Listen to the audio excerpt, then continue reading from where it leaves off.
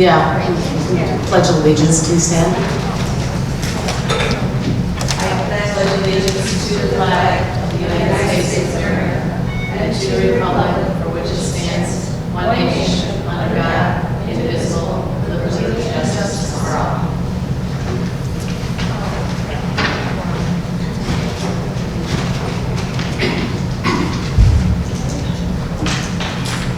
Roll call. Roll call.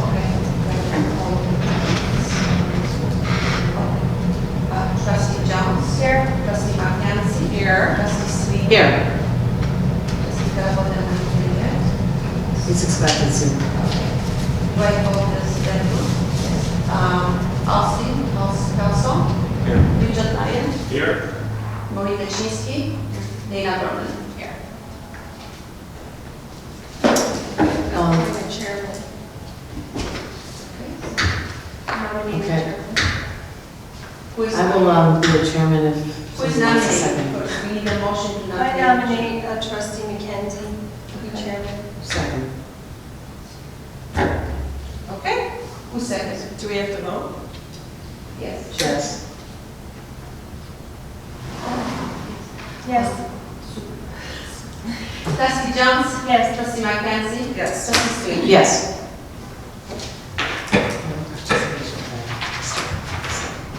Let's see. First thing on the agenda for this evening's special meeting is public participation. Do we have anybody here for public participation? Seeing nobody wanting to have public participation, we'll go to the first agency, and that is the Older Adult Services / Home Delivered Meal. Jamie Alberto and Maine Township.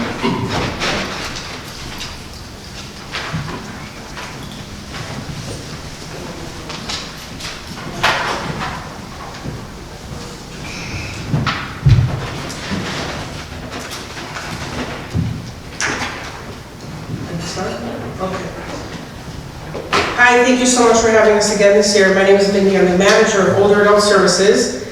I've been with Advocate Lutheran General for January will be 19 years. I'm aging in place. I have reading glasses now. I can't see. So here I am. I need the light too. I'm just going to do a quick review of all our services and what we offer. So as you know, we have the Lifeline program. We have about 600 units in the community, 100 of those units being right here in Maine Township. That's the button the senior pushes if they fall. We also have the early stage memory loss program, which is called Expressions. It started on a grant 6 years ago, and it began with 2 days a week, worked its way up to 3, 4, and it's at 5 days a week, with a few days being at full capacity actually. Then we also have the Adult Day Center Medical Model Adult Daycare. It's been in existence for 39 years. We're open 5 days a week. We have about 90 people enrolled in the program, and we see about 45 people per day with that many different medical needs. We have information and referral. That's a free service where seniors can call looking for help in the community. What's interesting is we get about 350 to 400 calls. A lot of those calls we filter right back here to Maine Township, whether it be for general assistance, LIHEAP, the food pantry, the fish program. But a lot of the calls Jamie filters right back here, so we kind of capture them, which is nice. Then we have our senior advocate program. There's about 1,500 active members. It's a free program. They're SHIP certified, just like you have SHIP people here as well. They also do Medicare billing and assistance. They host a monthly breakfast at Omega, which is kind of nice, just different presentations and talks. And then one other thing that I want to tell you about is we're trying to start a new young onset program with a grant from Dr. Gittleman, which hopefully we made some brochures and start getting the word around. That's going to be in January. Just one night a week in the evenings where it's young onset, people that are diagnosed in their 40s and 50s with their care partner. And care partner would come to a support group, and the participant would go into an art group next door in the room in the same building. So that's something new and exciting. I couldn't hear what you said. I'm sorry? What's the name of it? ISET? Young onset. Onset. Yeah, so it's for younger group, 40s and 50s, who have just getting their onset at that age. Lastly, we're here really to talk about home delivered meals, and Jane, my colleague, is going to give you some information on home delivered meals. Great, thank you. Good evening, everyone. My name is Jamie Albergo. I've been with Advocate for nearly 5 years. I am one of the program coordinators, and I coordinate several of the programs: Information Referral, Phillips Lifeline, and Home Delivered Meals. And that is the reason why we are here today. So I'm just going to take a few brief moments to highlight the different components of our Home Delivered Meals program. The program started 40 plus years ago, actually over at Lutheran General Hospital, and it was a mission to serve Maine Township residents. That is when it comes to home delivered meals, that is indeed the only township that we do serve. Nearly 30 years ago, it transitioned over to older adult services, and it has been with us since then, coordinating and managing that program. Unfortunately, every year this program does operate at a deficit. We continue this program because it's our agency's desire to continue to serve the needs of the frail and the elderly in the communities that we serve, those that are isolated and in need of assistance when it comes to meeting their nutritional needs. So the Meals program is a program offered Monday through Friday. It's a hot meal which is delivered over the lunch hour.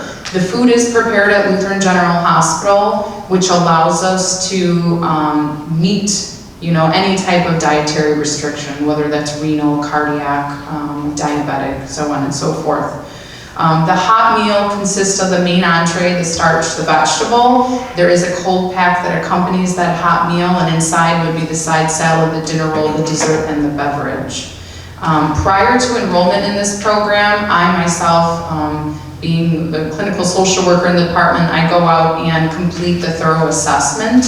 I'm gathering all pertinent information, including emergency contact information, and at that same time, I'm able to, look at the environment, talk about social needs, and from there help implement and establish other services as needed. Prior to then actually providing the first meal, I am coordinating with the participant's doctor as well to ensure that I am ordering the food that aligns with that participant's special dietary restrictions, if there are any in place. I just want to highlight and emphasize that we truly are the eyes and ears of those that we serve and help. Whether it's myself going out to deliver a meal or our very valued volunteers, many, if not the majority of our participants are isolated. Unfortunately, there's not family who can regularly check on our community residents. And so, we're in there doing that well-being check, seeing if there's anything going on, and from there, Mindy, myself, and other staff are able to quickly initiate assistance and follow up on certain situations that arise. So just real quick, I want to share a story. Roughly about 3 months ago, I went out and did the initial assessment for a husband and wife here in Park Ridge. And the wife is the primary caregiver for her husband, who has advanced Parkinson's disease. She herself has some medical issues that she's working through, but her husband, who's a veteran, the stage, if you want to say, where he's at with the disease has left him with a pretty significant speech impediment. He's at high risk for choking based on swallowing issues, and he unfortunately cannot ambulate without assistance. And I was able to get him set up with a meal that aligned with his restrictions. And within days of providing those first few meals, the wife reached out and followed up and said, Jamie, I truly want to thank you and for Advocate for having this program, because it has been a very long time since I've seen my husband actually thoroughly enjoy a meal that he's eating. And so that really resonated with me. It's nice that I'm in a position to continuously be able to have very warm and friendly relationships with those that we serve. So happy to be able to share that with you tonight. But I'm just gonna quickly give the microphone back over to Mindy, who's gonna provide some closing remarks, so thank you.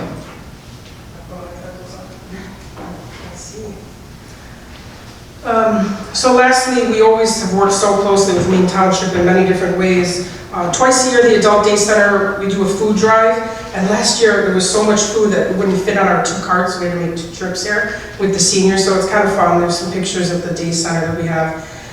We continue to be the Swing Into Spring for the sponsor that we do every year for the senior fair, and we do the government day, so we come and participate in the government day. And then 2 of the staff here are trained in Matter of Balance, near and dear to my heart, fall prevention classes.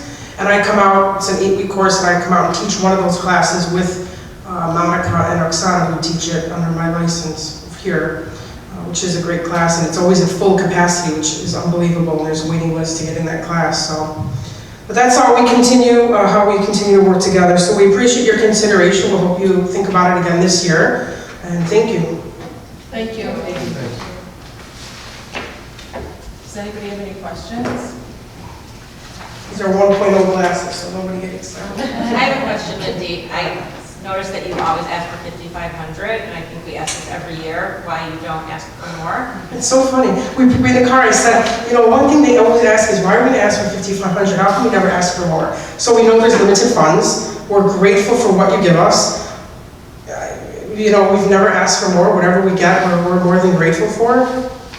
We've never, it's something, we looked at the list because we keep it on the application. It's 5,500 for over 10 years. So we've never been greedy. We know that there's limited funds that everybody needs, so we're happy with what we can get, and that, I know you have an extensive budget sheet that you gave us month by month. But Sorry. overall, what is the deficit? What is it that you provide financially to us, and what deficit are you running? So the meals, there's a cost for us for the meals, obviously, and then the cost for the buses to go pick up the meals. There are big carts, and the cost for the carts and the wheels replacement, and the salaries for the people who go and pick up the meals from the hospital. There's a cost for Jamie to go and do an in-home assessment. It's an LCS study, going in the home for 45 minutes, looking for other services and what they can do. When you figure out all those fees and costs, and if Jamie's not there, then I'm involved. And there's another staff member that's involved, the CPA accountant. So we're all kind of cross-trained to cover home delivered meals. It's never a program that we can just let it go, and if somebody wasn't home to get the meal, oh well. We've always followed up. The other thing is all the meals that come in, the 30 per the day, need to be dished out into the routes with the bags with the drivers. There's a cost for the bags that need to be, they get spills at home, they have to be clean, they have to go to the cleaners, stuff like that. So that's what helps cover the money that you give to us. We had a little change in our staffing this year. So our director, Gwen Shabanic, who some of you may know, retired about 3 weeks ago. And we're still, I've become the manager of the entire department at this point, with hopes that we can get somebody to help us, because it's falling a lot on Jamie and I's shoulders. So I was just wondering what the expense of the program was, just for the. I mean, you want an actual number? Yeah, I was just curious what it actually. I have to go through the thing and see, I'm sorry. Because I see all the, it doesn't seem like it's broken out by the home delivery, all the other things that you do.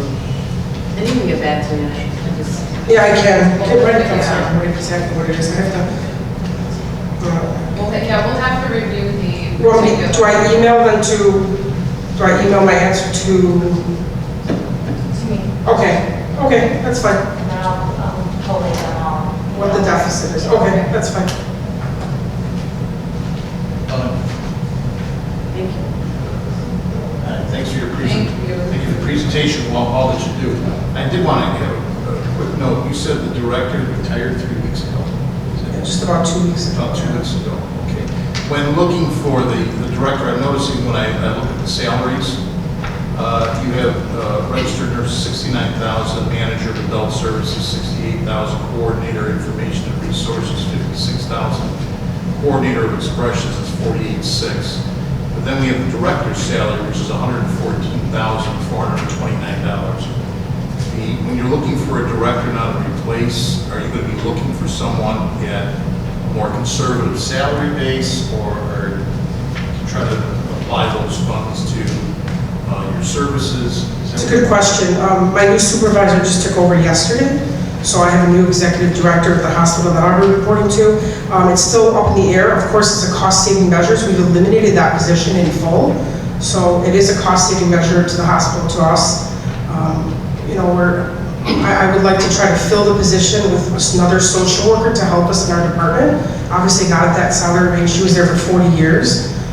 A social worker right out of school wouldn't come anywhere near that salary range. So definitely a cost-saving measures for everybody across the boards. Again, I just want to thank you for your thorough report. It's appreciated.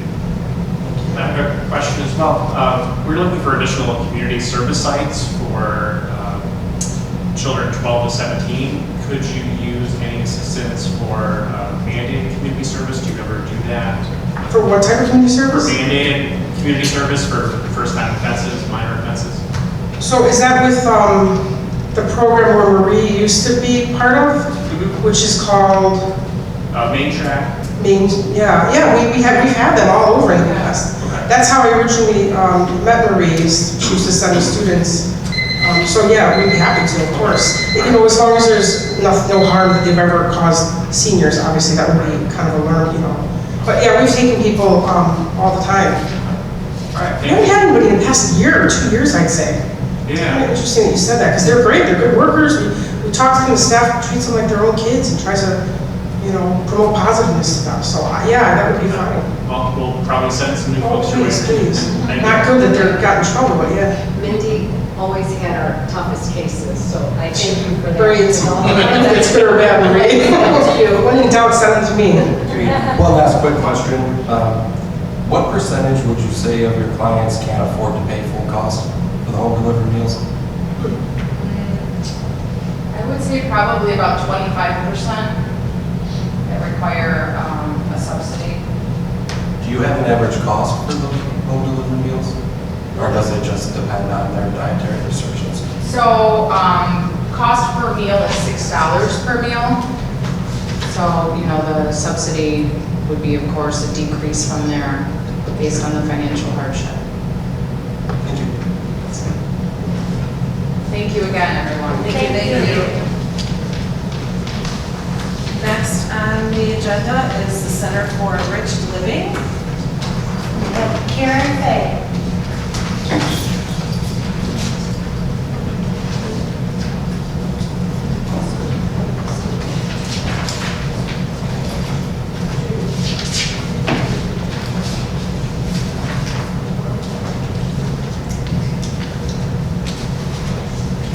Good evening. So if I want to get started? Yes, please. Well, thank you again for having me here tonight, and thank you for your support of the Center for Enriched Living. Again, my name is Karen Fay. I am the grants manager for CEL, or Center for Enriched Living.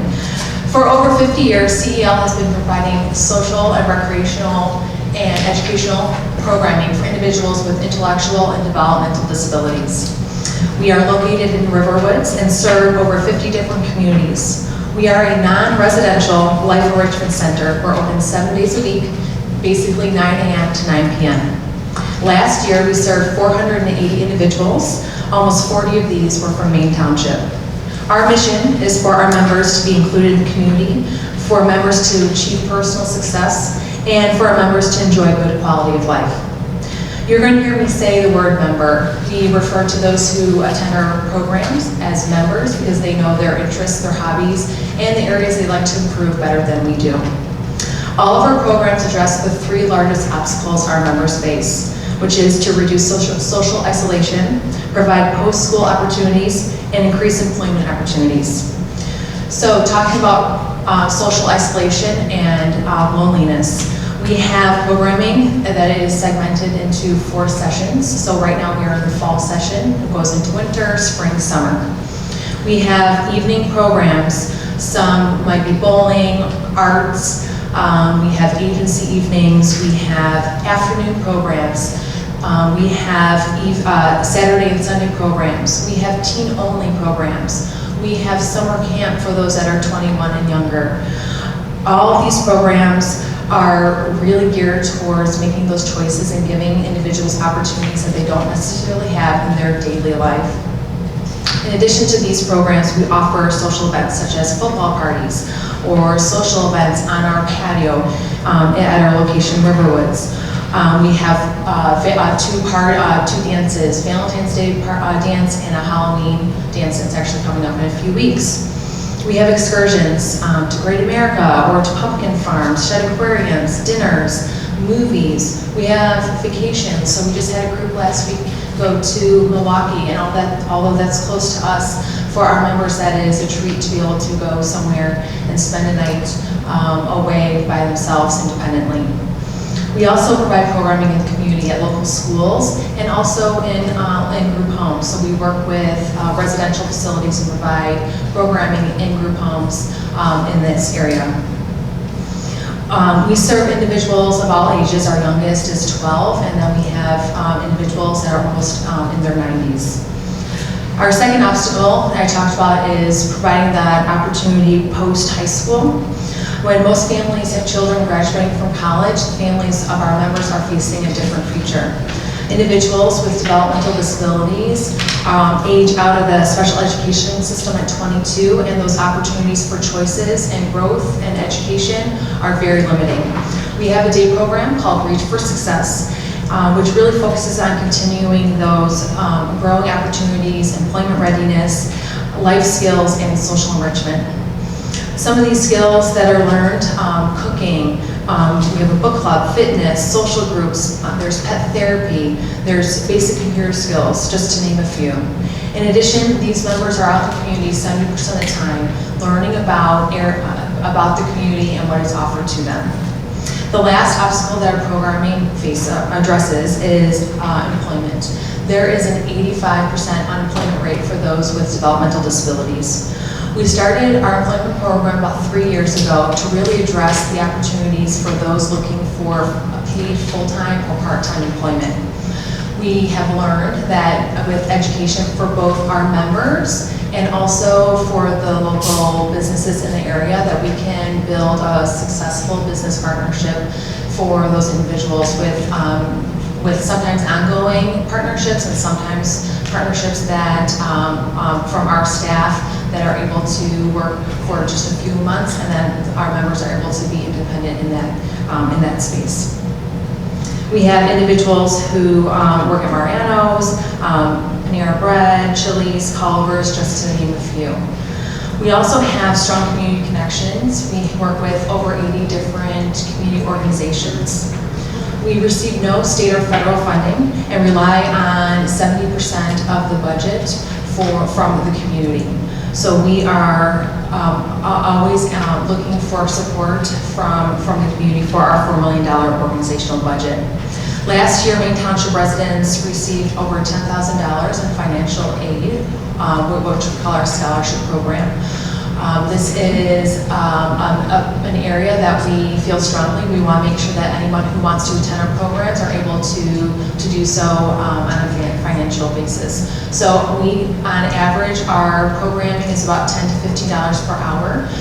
Our scholarship program is about $100,000 per year, and families work with our director of finance to find a way for that family and that their loved one to be able to attend programs.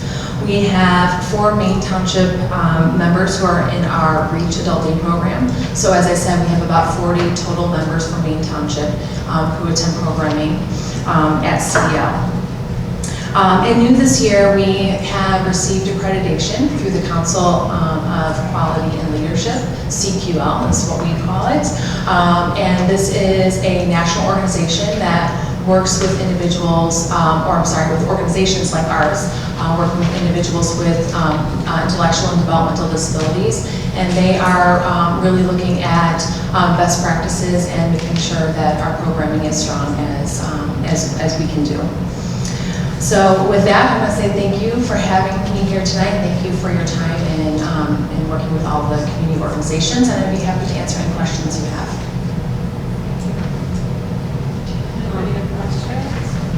Just under the financial support on page 7, you get $59,000 from other townships outside of Maine Township. And that accounts for only 1%.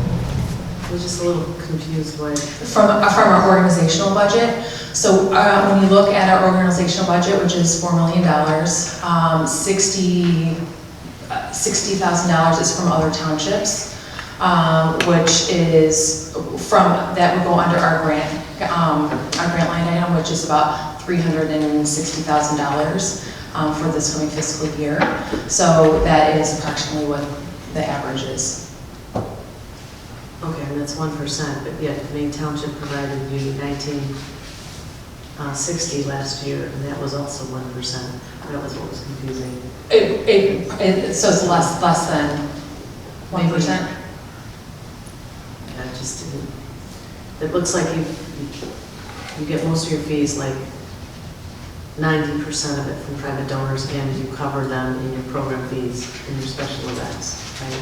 So we So receive, it's not just from the community, but you're actually right, so about, from an organizational budget, a third of our budget is raised through program member fees. And then about a third is through our special events. So we have 2 major special events that brings in about $1 million as well. And then the other third is through private donations, so individuals, major gifts, and then grants as well.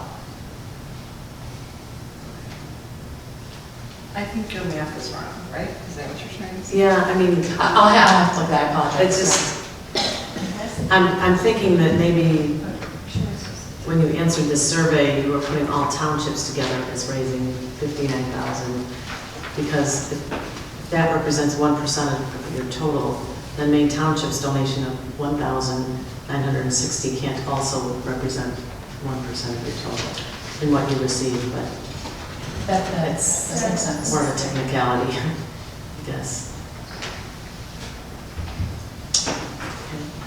Do you have one question? Do you have transportation that picks up individuals and takes them to Riverwood? So we do have transportation. So we have about 19 vehicles.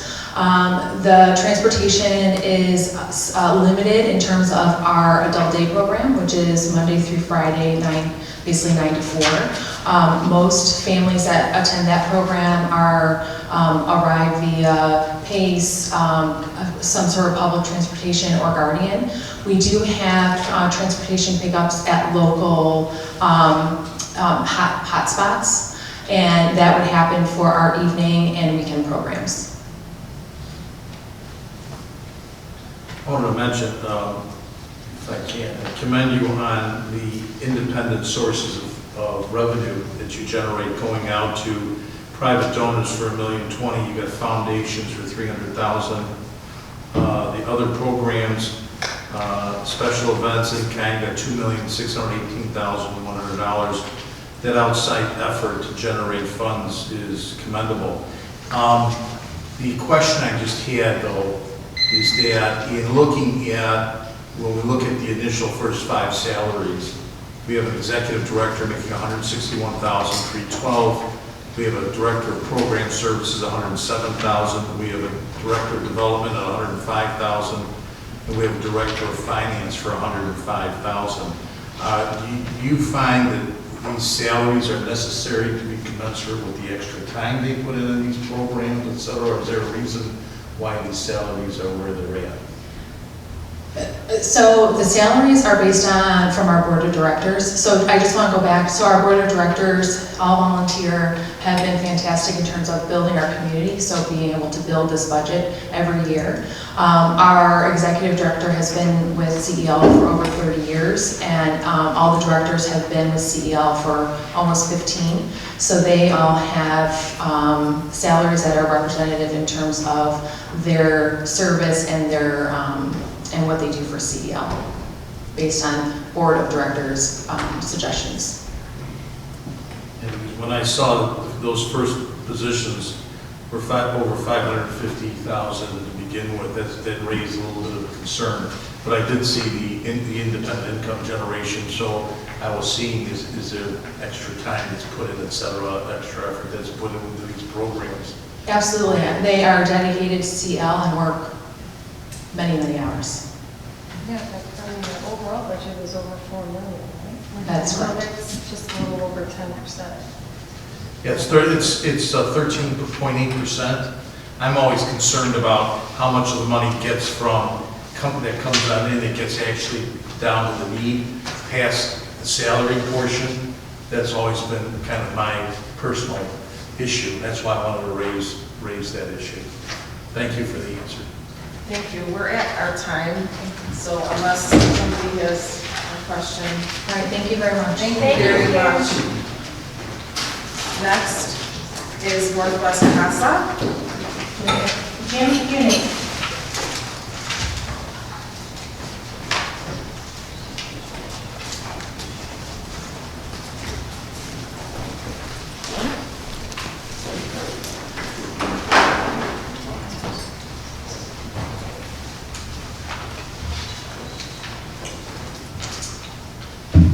Good evening. My name is Jim Munich. I'm the Executive Director of the Northwest Center Against Sexual Assault.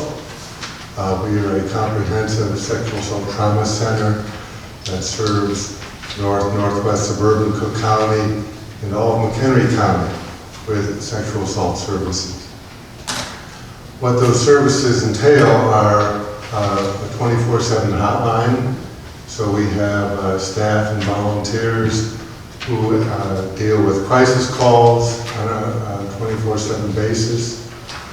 We respond to 12 hospitals in our area when the victim goes into the emergency room, and that's also a 24/7 response in which we send a person to the emergency room to be with the victim throughout the whole forensic evidence collection, the interviewing, and any medical treatment. That service there often entails 3 or 4 hours of a staff person being with the victim.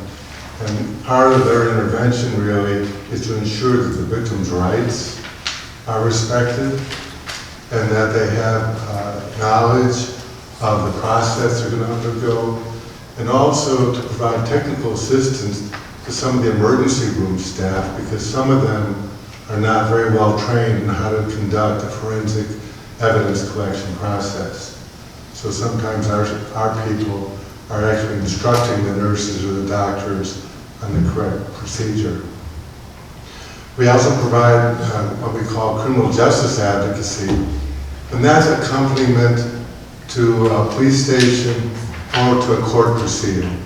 As you can imagine, being a victim of sexual assault is traumatic enough, but going through the criminal justice process can be equally traumatizing. Often the victim is the one who is being challenged in the court as opposed to the perpetrator. And so we ensure that the victim has sufficient support, and again, that the criminal justice system respects the victim's rights and options. Our primary service is our trauma-informed counseling. We have 9 therapists on staff, all of whom have master's degrees, and they have special training in providing trauma. Some of them are trained in EMDR, cognitive processing therapy, trauma-informed CBT, and our approach is really to be victim-centered. We generally start with where the victim is at. We do an assessment to identify the trauma symptoms, and then we develop a service plan for them in order to address their symptoms and the needs that the client presents. All of our services are free, and so one of the things I'm so thankful for is your support, because it means so much to our client to be able to access professional services at no cost. Some of the newer services we've introduced to the community is we are now offering yoga as an adjunct to our therapy. It's been demonstrated to be very helpful for a whole host of individuals in helping them manage anxiety and depression. And we also have started a sexual assault response team in the 3rd District, which is really the adult version of the CAC, where we build teams with law enforcement and medical staff and social service providers to provide a more comprehensive, victim-centered approach to working with adult survivors. It's important for you to know that we evaluate everything we do. I think it's important that the public and our funders know that the work that we do is effective.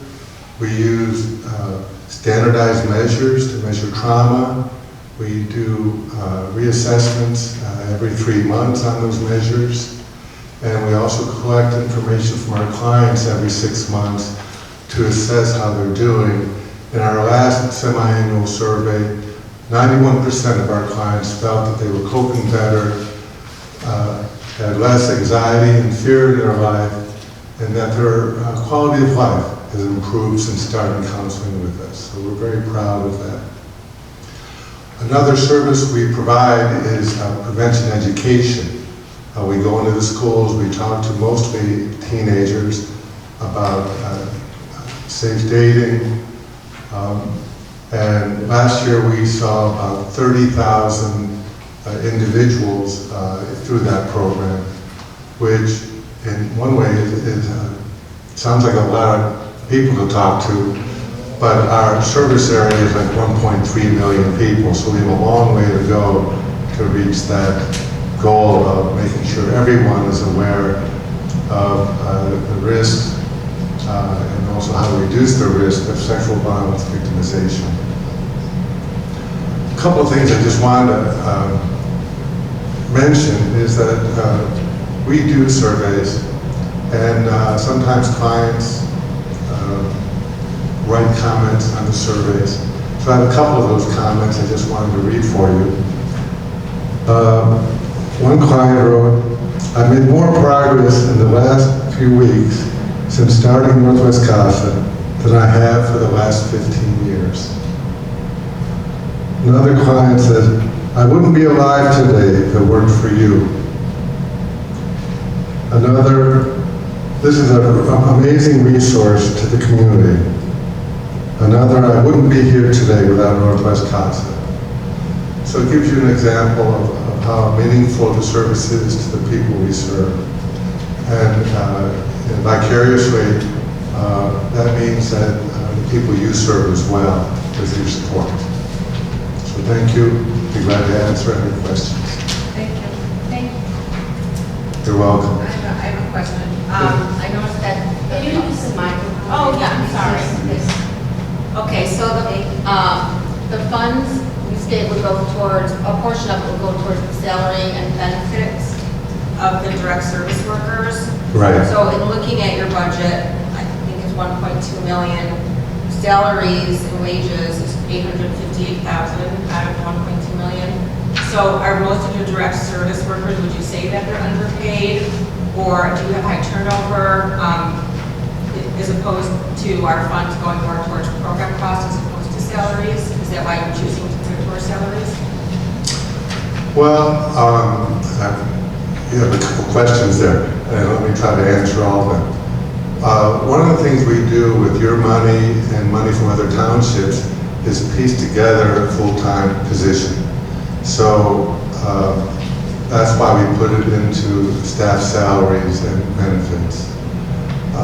Are we paying less than the market? It's becoming much more challenging, I'll be honest with you. The market is clearly getting tighter. I've lost 4 staff in the last year and a half, all of whom have gone to the private sector, either in private practice or for a private company. And so that's becoming more of a challenge. I will say that 1/3 of our clients are Latina, Hispanic background. We now have 7 bilingual staff who are providing Spanish-speaking services both in counseling and advocacy. Thank you. That's wonderful. Anybody else have questions? Just wondering. Sure. So your independent funding, which is just close to page, which is number 27.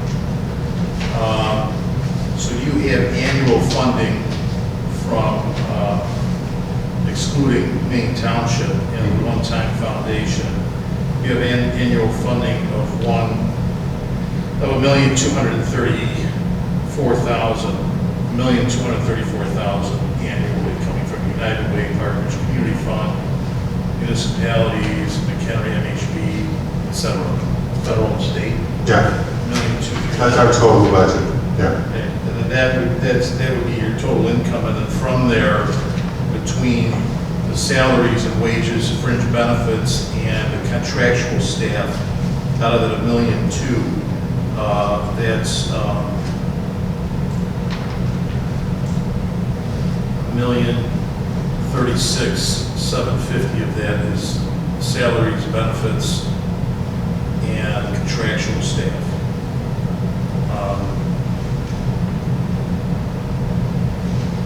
Again, just to have a little more clarification as to why it would be such a great percentage of what you bring in being salaries, wages, and fringe benefits. Is it because it's need? You said because you have a high turnover? No, I mean, we cannot keep up with the demand for our service. We are at a point now where we receive a hospital call every day. And that's a significant increase from a couple of years ago. And so all of the new money we get really goes into direct service staff. So this is a significant change from the past, though, correct? I mean, the demand is significantly more. The demand in the last 2 years is significantly increased. We had over 600 hotline calls last fiscal year, and 310 of those were hospital calls. Last month, we had 35 hospital calls. What do you think that the increase in calls is attributed to? Is there a specific factor? Well, I do think the Me Too movement has really made it possible for more survivors to come forward. It's a good thing, It's just very stressful and demanding for our staff. But people are learning that it's not shameful to get help. I think through a lot of the Me Too movement, women primarily are learning it's not their fault. And guilt and shame is such a big issue in the treatment process for survivors. So I think really it's just awareness that it's okay to get help. Are you, if I recall from last year, and I'm not certain about this, but of the 12 hospitals you service, are you the first responders, or are there other sexual assault? No, we were the only first responders. You're the only, okay. Yeah, the law, just to be clear, the state law requires the hospitals in our area to have an MOU with our agency so that we are the first call when a sexual assault victim comes in.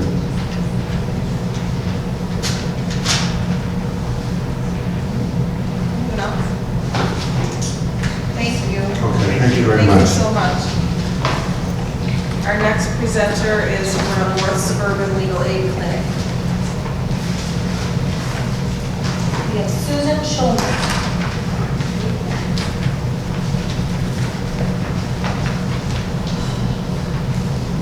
Good evening. I'm going to do my best to make this the entire time. I'm going to try and stay. If I can't, I'll sit down. I'm off of the hip replacement surgery. I'm okay, but just in case I might just sit at some point. So thank you so much for considering us this evening. My name is Susan Schulman. I'm the Executive Director of the North Suburban Legal Aid Clinic. The mission of the clinic is to provide accessible, quality, pro bono legal services in the areas of immigration, domestic violence, and housing, so that those in need of access to justice can live more secure and productive lives. The Legal Aid Clinic responded in response to a 2013 needs study in Highland Park, which found that people in the area had a lack of legal services in the areas of immigration, domestic violence, and housing.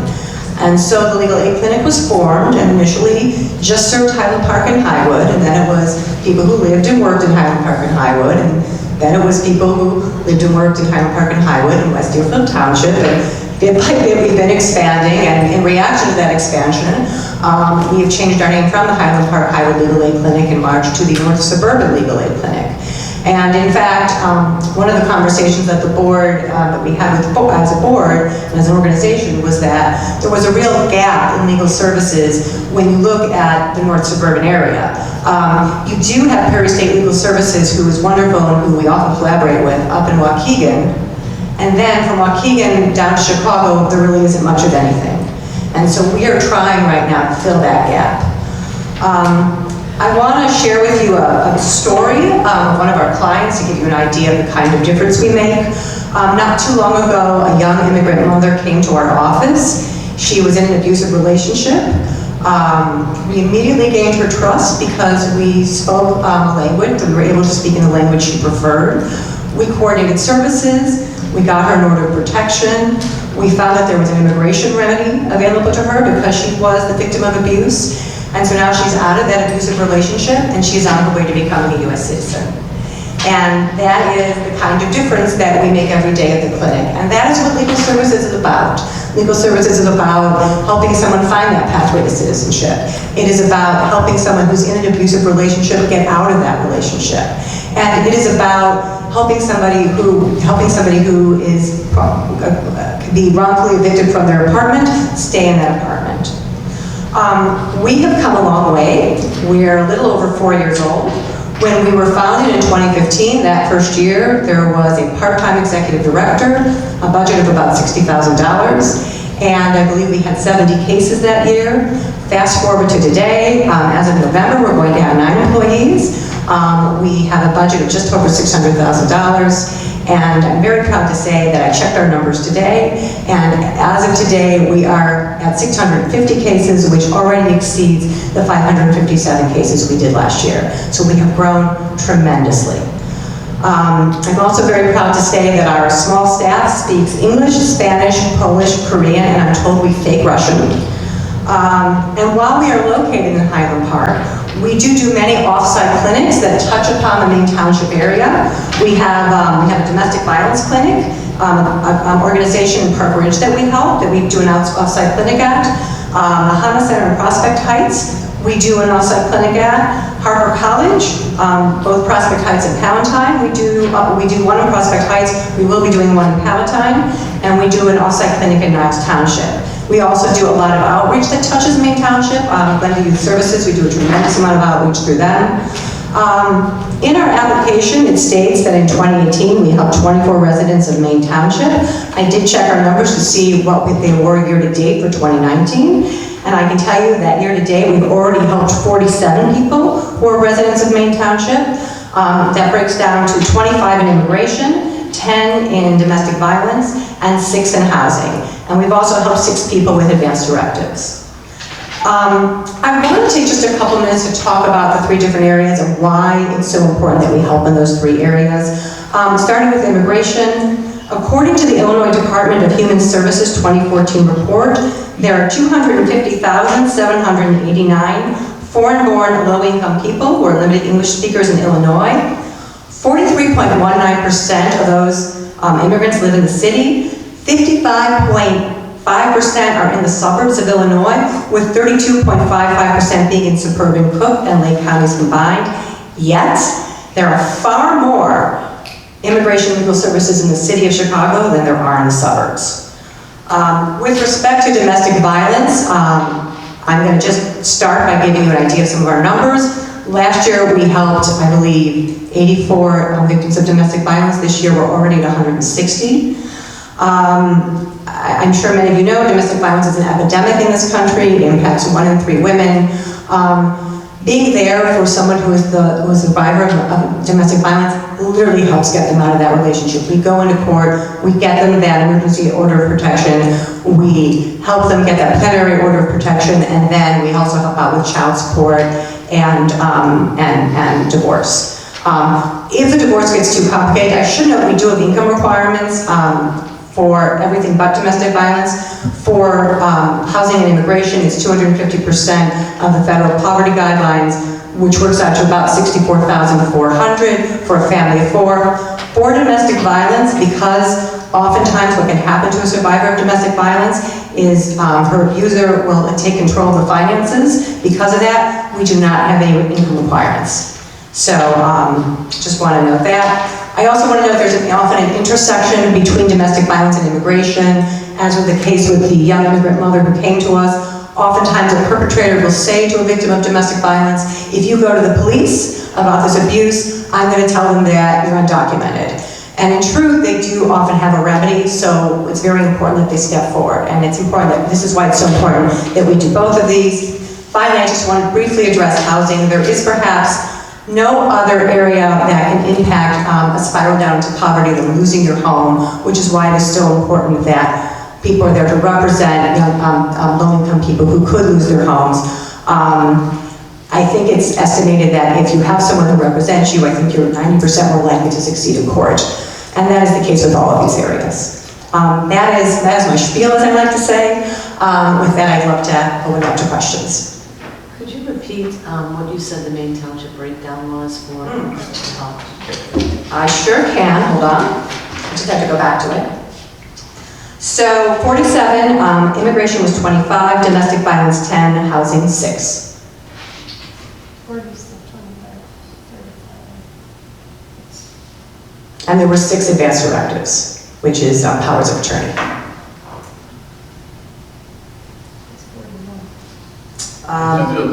Sure, it was, that's okay. It was immigration 25, domestic violence 10, housing 6. We've also helped 6 with advanced directives. That puts us at 42. My guess is the 5 were referrals to other organizations.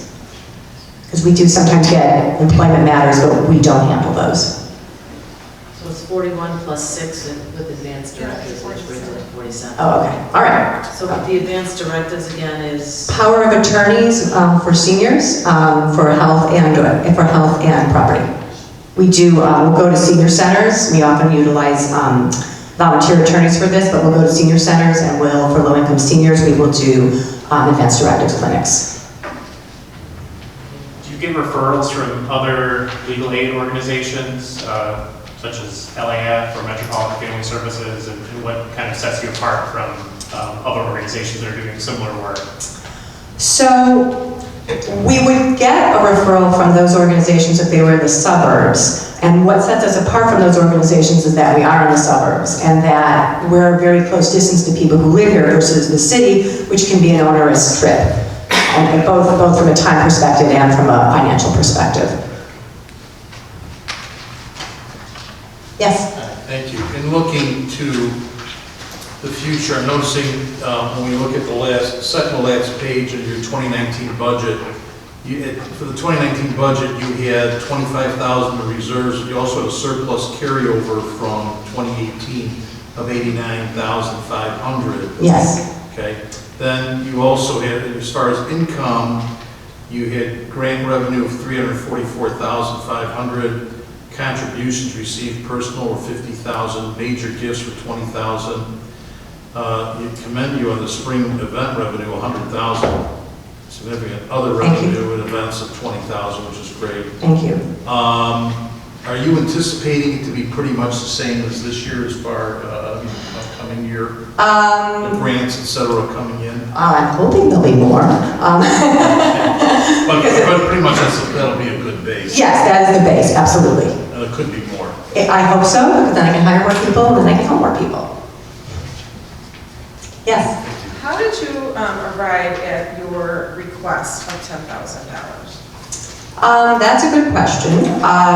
You know, there's always a little bit of science and a lot of art to these asks. I think we did look at our numbers and try to figure out, okay, what's an appropriate percentage. I think based on the numbers this year, it's actually less than 10% of our budget.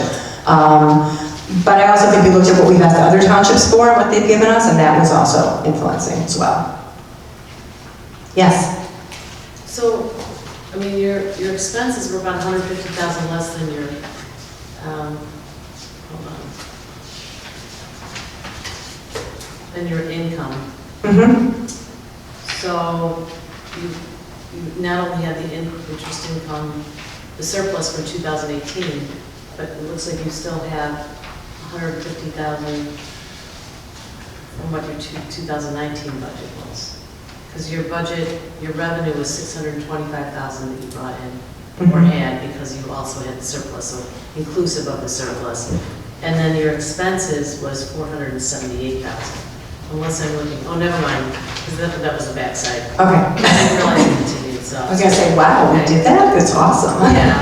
I'm gonna work it along. Right, so I think there's only about a $15,000 Right. net income, so you have an income, you have a surplus of $15,000. Right, and the plan would be to use any surplus we have from this year for next year to hire more people. Yes? Is there anything in place for getting people to you? I only ask because I know in my department we can definitely refer people to you, but I know that they might have a hard time getting to you. That is such a great question. I don't have anything in place to get people to us, but we do off-site clinics, and if they were to call us, we might direct them to go to one of those off-site clinics. And my hope is that as we grow as an organization, we will in fact increase those off-site clinics, and there'll be more availability to people. If there's no questions, I thank you. Thank you so much. Thank you. Thank you very much. Next is NAMI CCNS, National Alliance on Mental Illness, Cook County, North Suburban. We have Nathaniel Ekman and Christine Somerville.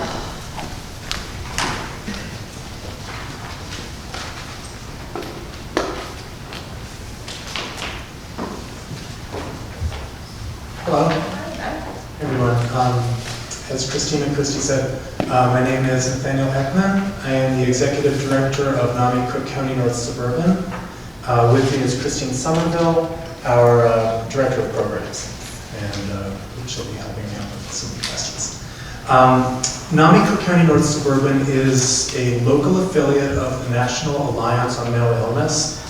NAMI is a national organization headquartered in Washington, D.C., with 900 affiliates across the country, plus a state NAMI in every state plus DC.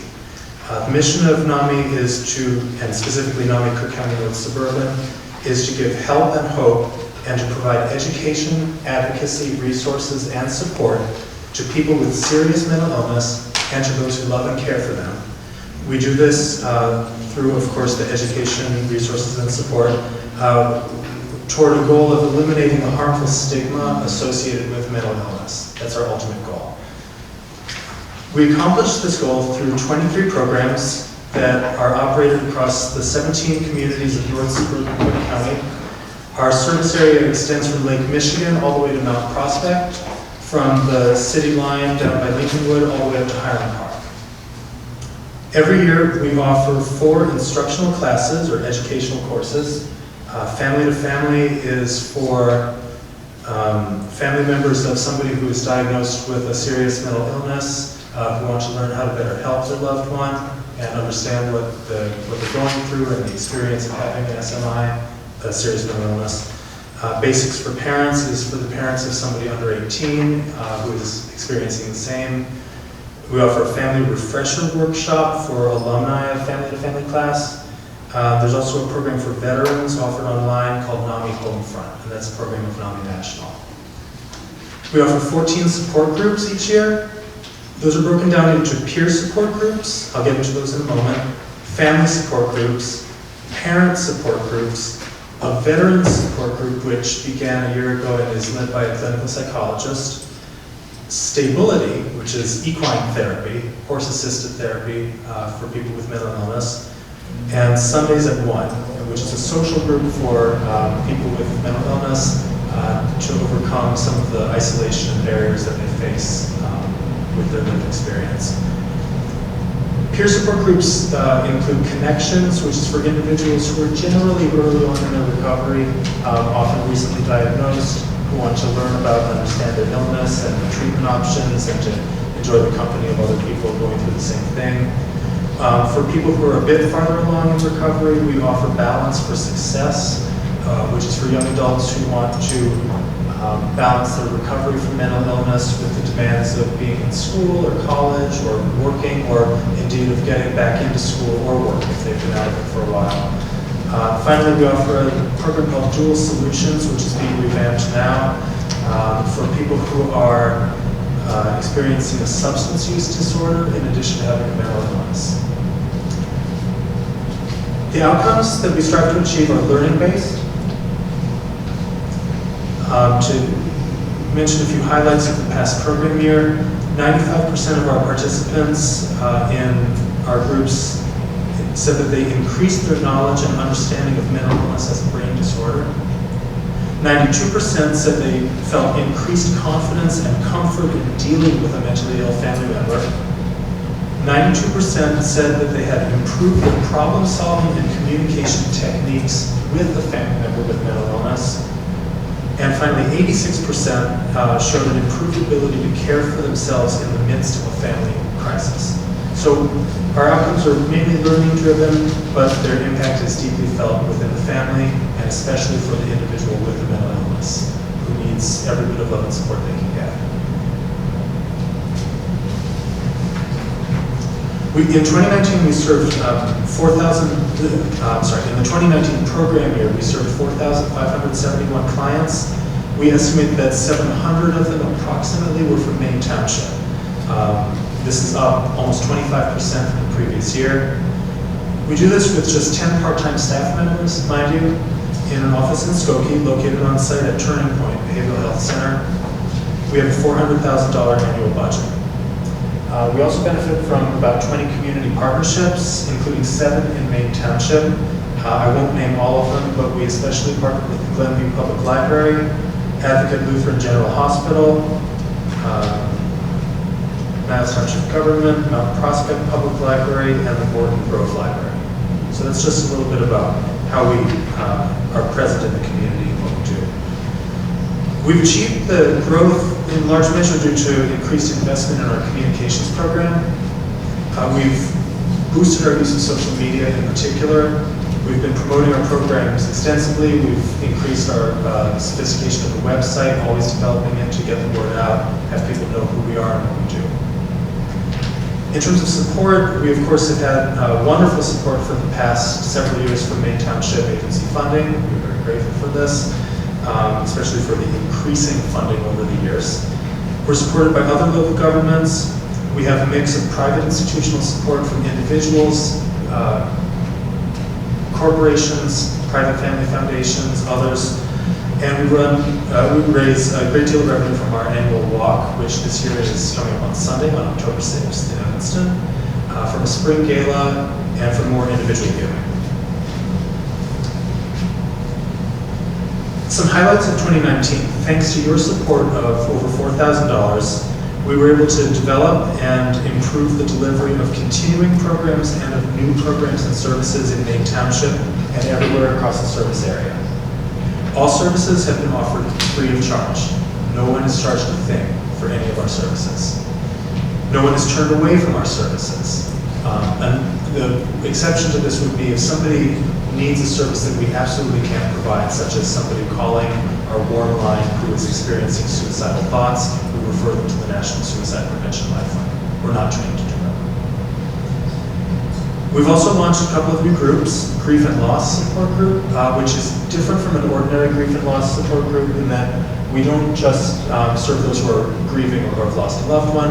It's specifically for those who are grieving the loss of a loved one who has or had mental illness. It's very specific and very focused.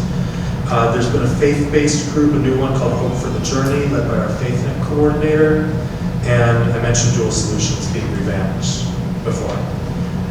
An increased award from Maine Township will help us sustain and grow our programs to serve more Maine Township residents and others across North Suburban Cook County.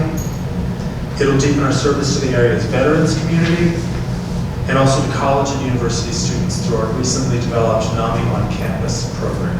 We're working with Northwestern University now to have NAMI literally present on campus to be of service to undergraduates.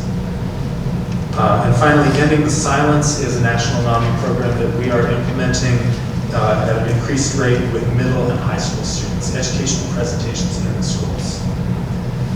I want to leave you with one thought, which is I noted on the Maine Township agency funding application, there were several categories for the agencies to fall into.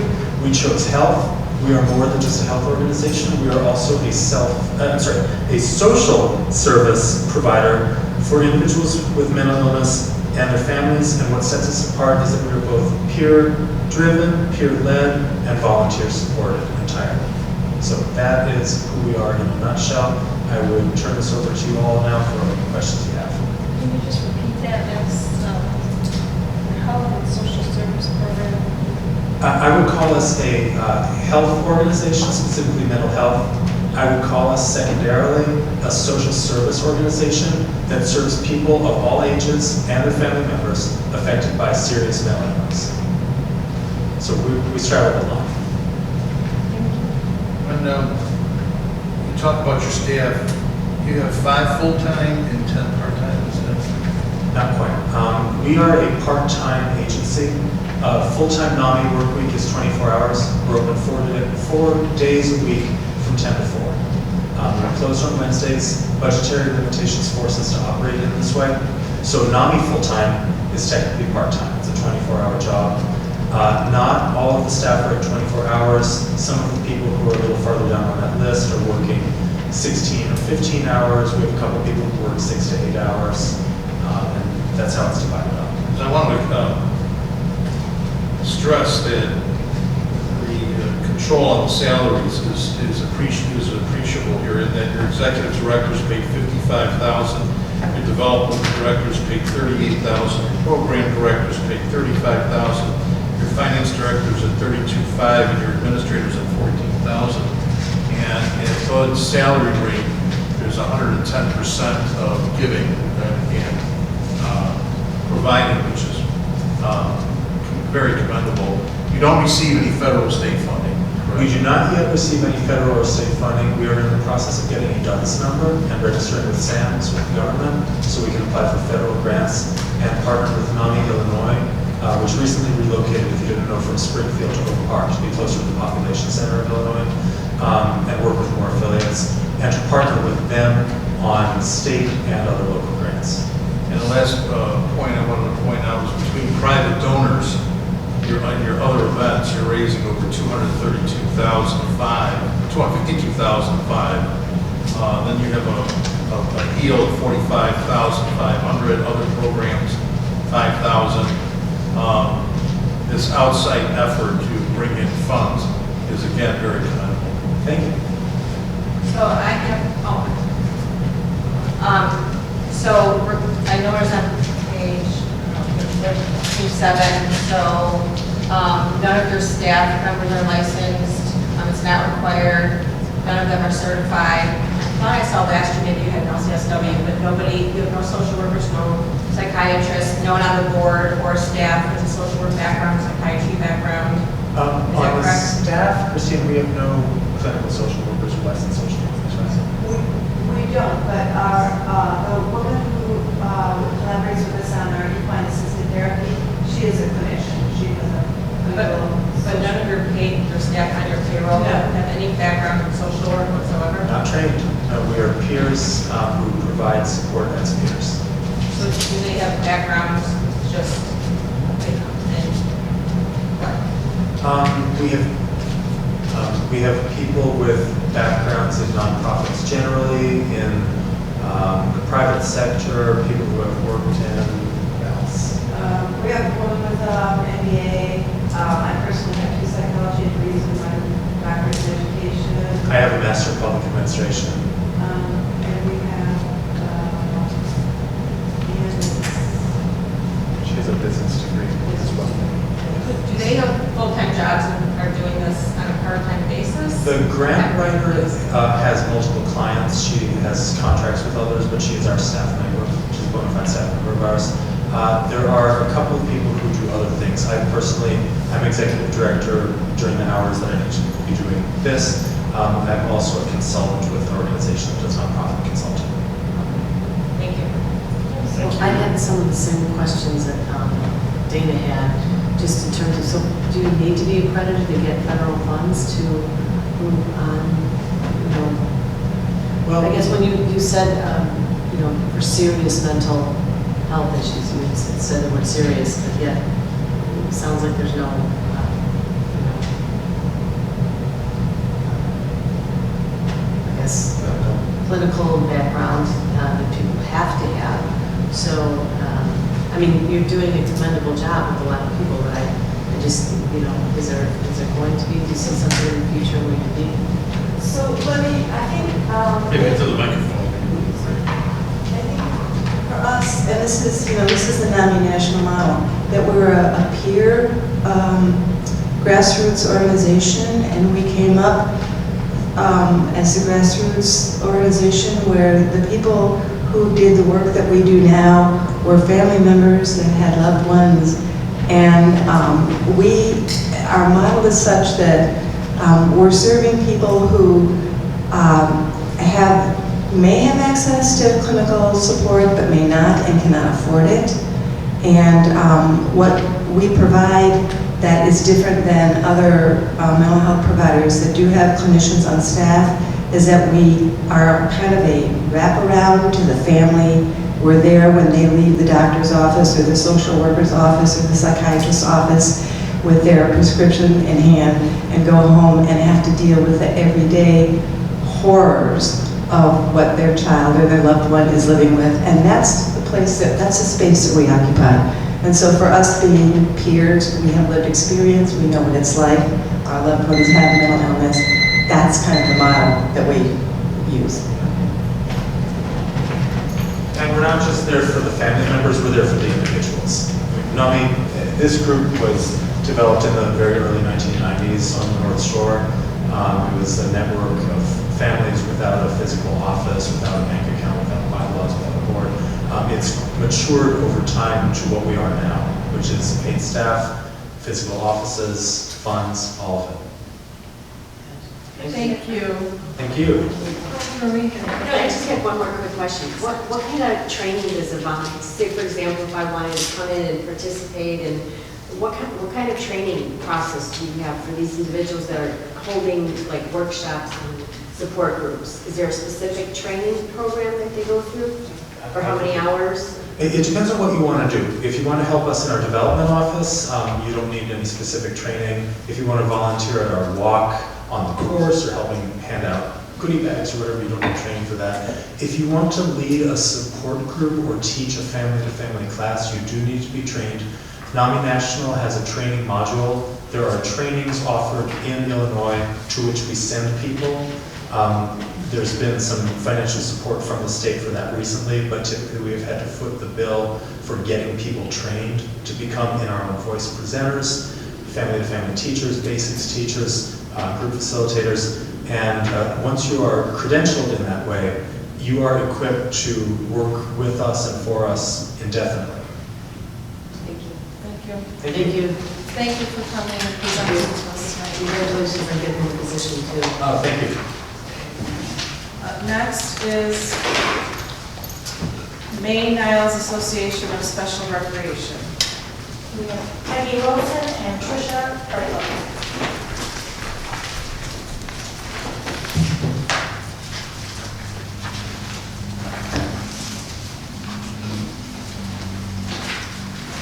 Good evening, thank you for having us here. My name is Tricia Brightlow. I am the Executive Director at Maine Niles Association of Special Recreation since June, so Peggy is here for a few questions.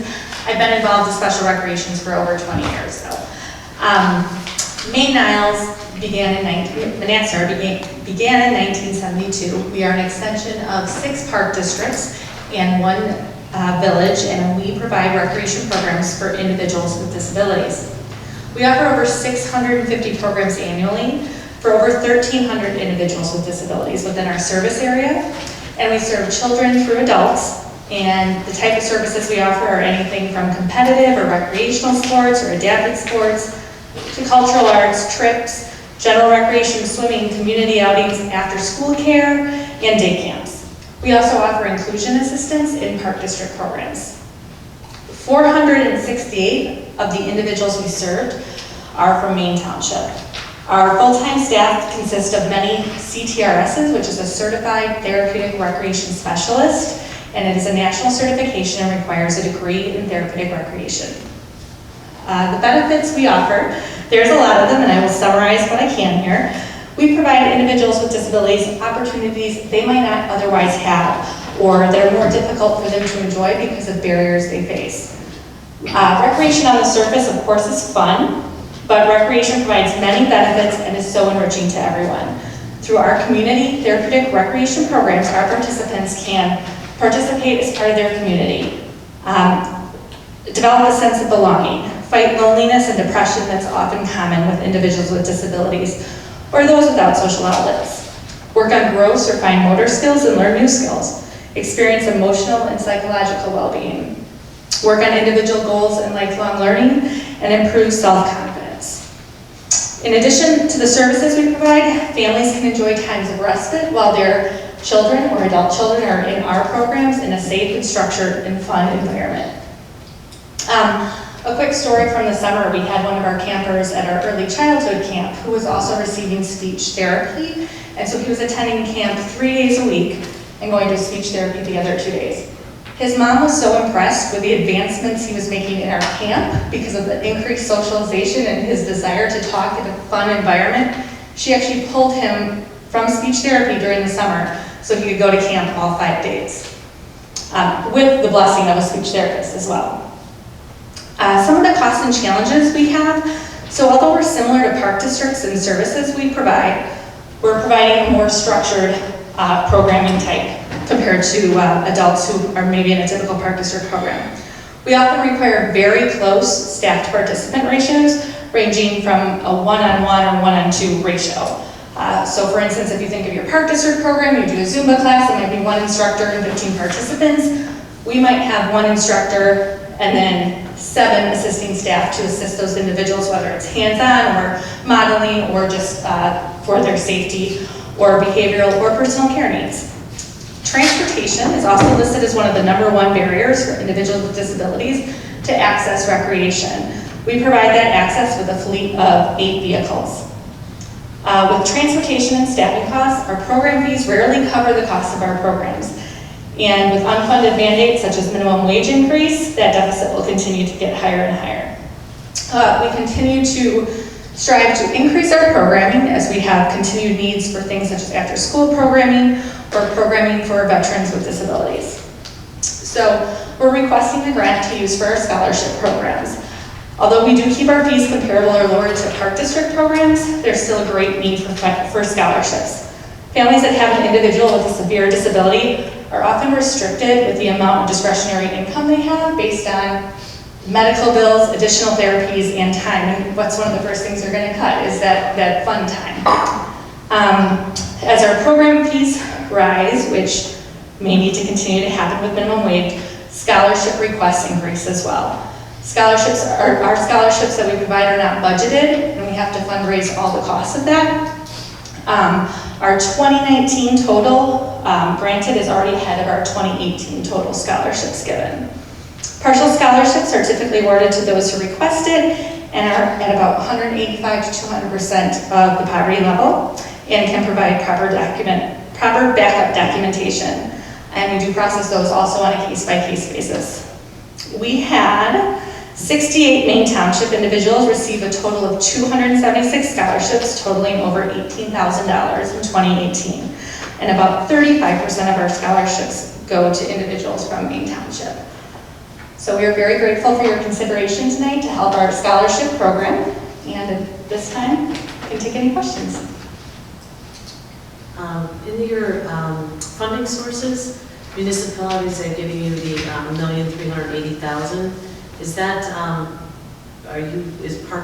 park districts included in that number? That is our park district contribution. So that's the main funding for all SRAs, is the park districts kind of buying into the program.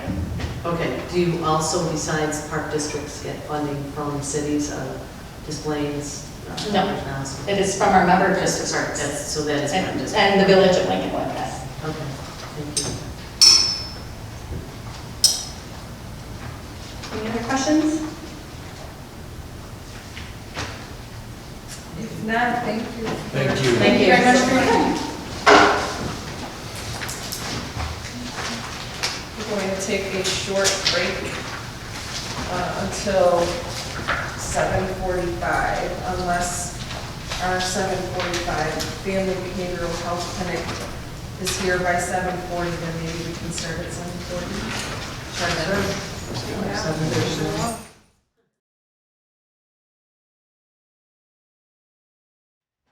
Next presenter is Family Behavioral Health Clinic.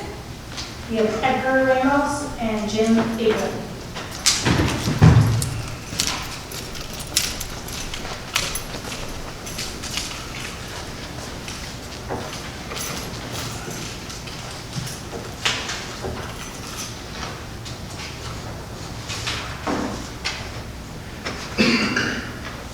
Okay. I'm Dr. Edgar Ramos. I am the Director of Psychological Services for Family Behavioral Health. This is a psychologist state of Illinois. We are a clinic that provides services, full gamut of behavioral health services from psychiatric, psychological, counseling, and substance services. We have a staff, two, and currently we have 10 doctoral students who provide a big bulk of the services that we render.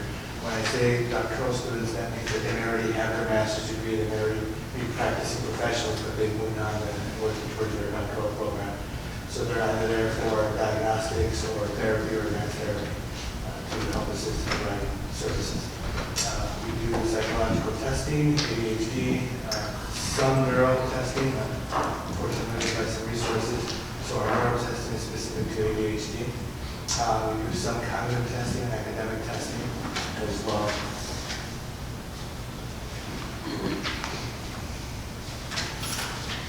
I didn't know I should introduce you or I'm Jim Eaglin.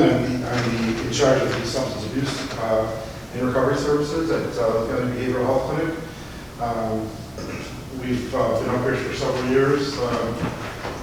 Relatively sure that many of you remember a lot of what we do, DUI services, outpatient. We are licensed to provide intensive outpatient, but we don't currently have programs running for that. We're really busy with outpatient services and providing a multiple amount of services in multiple different languages. We provide those services in English, Spanish, and Polish. All three languages are utilized frequently at the clinic to respond to the diversity of Maine Township's population. We do anger management services as well. It's clinical anger management would go to Dr. Ramos and his team, but we do court-ordered educational anger management services. The really exciting thing that we're doing this year, a little bit different, is Dr. Ramos and I have combined forces, and his doctoral students are getting co-occurring training as well, so they're working with our substance abuse patients that are educated for mental health care as well. It's been really successful so far. It's new, a couple months old, but we've always worked really closely together, and this opportunity we wanted to present to his doctoral students. I have a really good relationship with Dr. Madison at Oakton. If you're familiar with her program, she runs the CAC program. We get a ton of her practice students to come and witness and then provide services when their training is ready. And the only other thing I wanted to mention is that although we don't have it currently running, we do have a relationship with Brookdale Retirement Community, and when they requested, we provide free of charge to the residents there, free counseling. It hasn't been running a little while. They know that we're ready to provide that service, but they haven't activated us 6 months or so. So we certainly have a footprint here in Maine Township. We've done a lot of work for a lot of years for this community, and we want to continue to do that, obviously. So with that, I think we'll take questions if you have. I have a few questions. I just wanted to get an update on the search for a psychiatrist. I know we've asked about this for at least probably the last 3 years. I know it's really hard to find one, but what are you encountering with that? And then also, at Gregory, we're looking to get additional credentialing to be able to prescribe as a psychologist. Could you give us an update on how that's going as well? So actually, I am a founding board member of the Illinois Association of Oh, Prescribing let's Psychologists. put that mic on, that mic sounds like it's off. Here we go. Yeah, there you go. I'm actually a founding board member of the Illinois Association of Prescribing Psychologists. I just completed all coursework. I just had to do my residency to be a prescribing psychologist in the state of Illinois, but I'm not quite sure how parity laws work and all that. So before I even finish that part, I want to see what the parity laws are. I am an active member and do support and try to change how laws work in terms of equal pay for both psychologists and psychiatrists. So typically it should take me a year to finish that particular program. In terms of the search for a psychiatrist, I spend a lot of time looking for a psychiatrist. I have a lot of friends, unfortunately, who are psychiatrists that, unfortunately, due to Medicaid laws and Medicaid payments, it just doesn't really, I mean, I don't know how blunt I can be. It's not worth it for them. They don't find the value in being able to provide that services. So I have actually extended the search, and I'm looking to see if I can get maybe a nurse practitioner at that level. That would probably be the next option, is going down, and I don't mean going down, I mean going into a different avenue, going to a nurse practitioner. But they still need some oversight. So it's about getting an agreement with our psychiatrist who's going to be willing to be able to actually work with the nurse practitioner. But that's the next level. What we're looking to do is to expand that part. Thank you. Any other questions? Yeah, oh, and just a quick notation, just looking at the 5 highest paid salaries that we asked for, they range from the top of $67,000 down to $30,000. I think that's actually quite commendable. I want to have that on the record. Thank you. The work you did for it. Thank you. So, we gave you the 14,100 last year.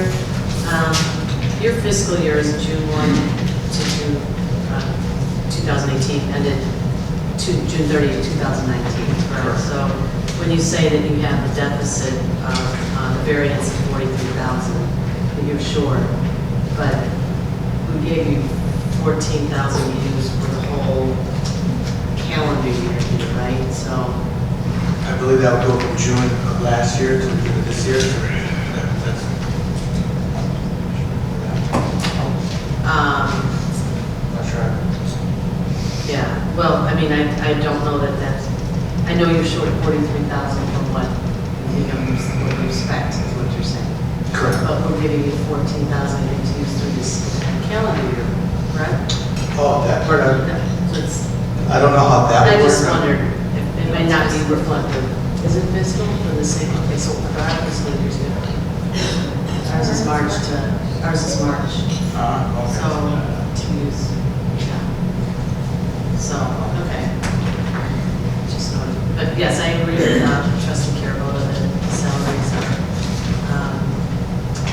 more in line with what we'd like to see. Can I ask you another question? For the salaries where you list the full-time equivalent of those top 5, do 4 of those positions then share other responsibilities within Maryville? Is the salary we're seeing the total salary and the full-time equivalent is the portion of work that's done at the Family Behavioral Health Clinic? So, yes, to put shortly, yes, I provide psychological services for all the residential parts of Maryville and every agency of Maryville's. So that puts into my salary other parts and other places as well. Specifically, a lot of psych testing. A lot of psych testing. Thank you.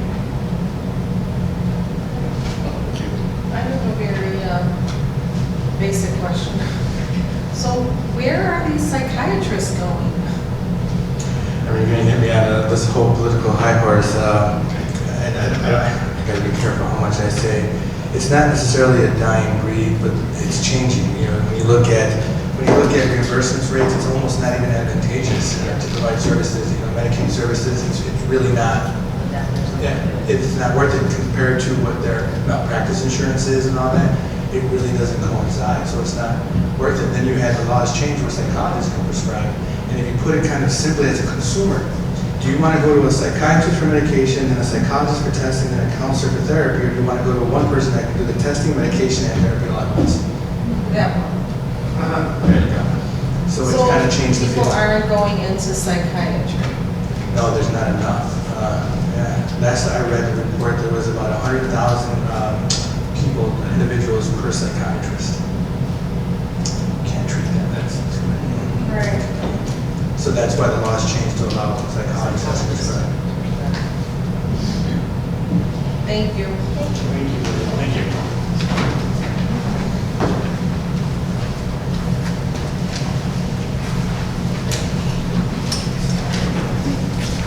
Is Northwest Compass here? Yes.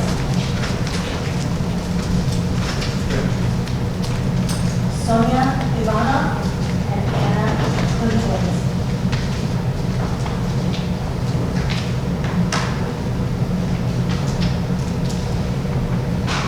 Good evening. Obviously, I should take out the mic, but just thank you so much for having us.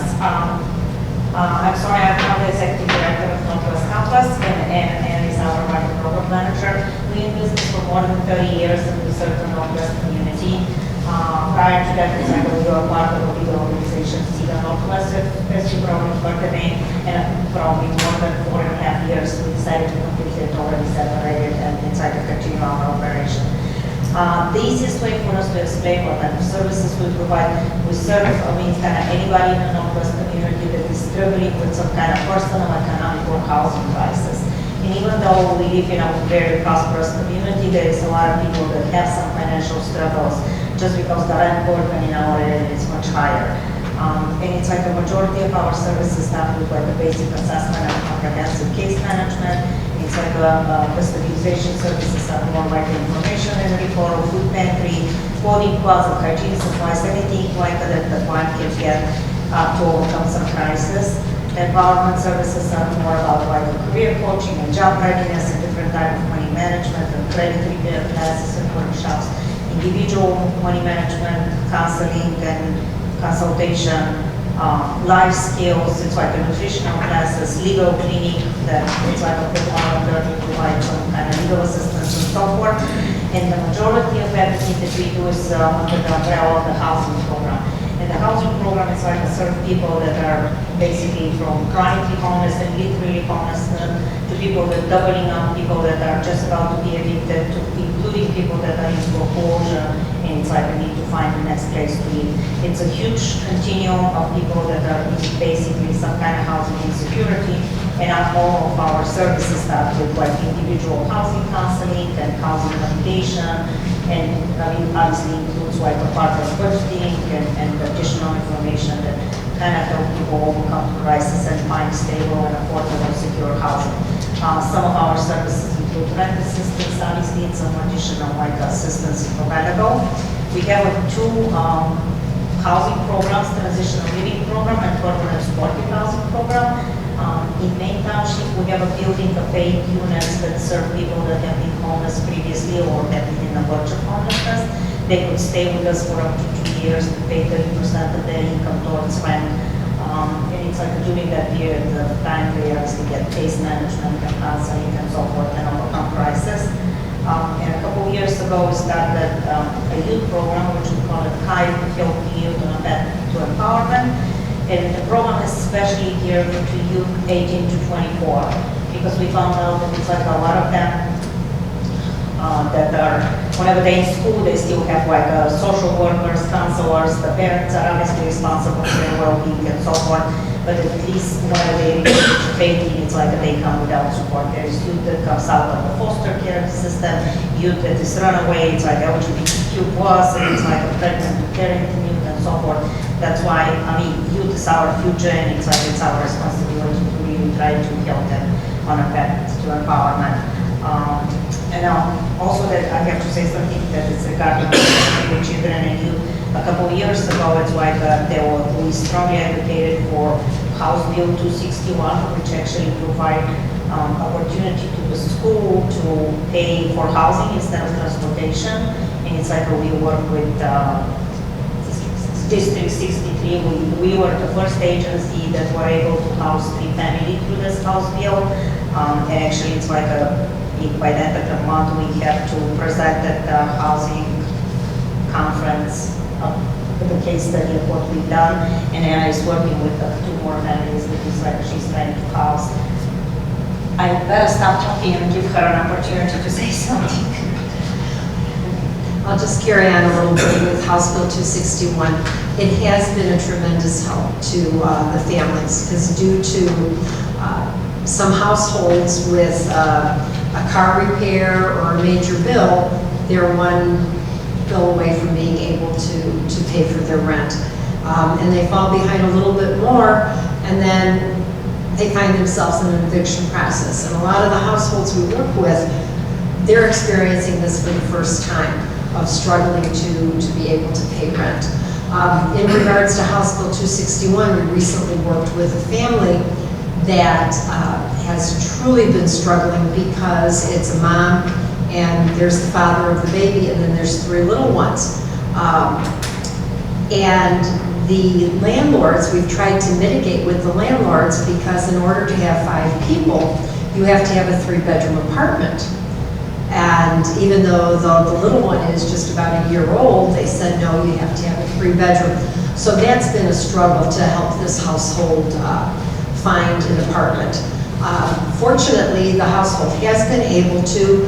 We worked with the school district. They were able to provide some funding. We've got the people moving in. They just moved in this past weekend. And we're going to continue providing support for the household by doing budgeting. The school district is going to help subsidize the rent for a couple of months, and we worked with the landlord to help get that. So a lot of the things that we do also involve just trying to mitigate and keep people in the apartments that they're currently in.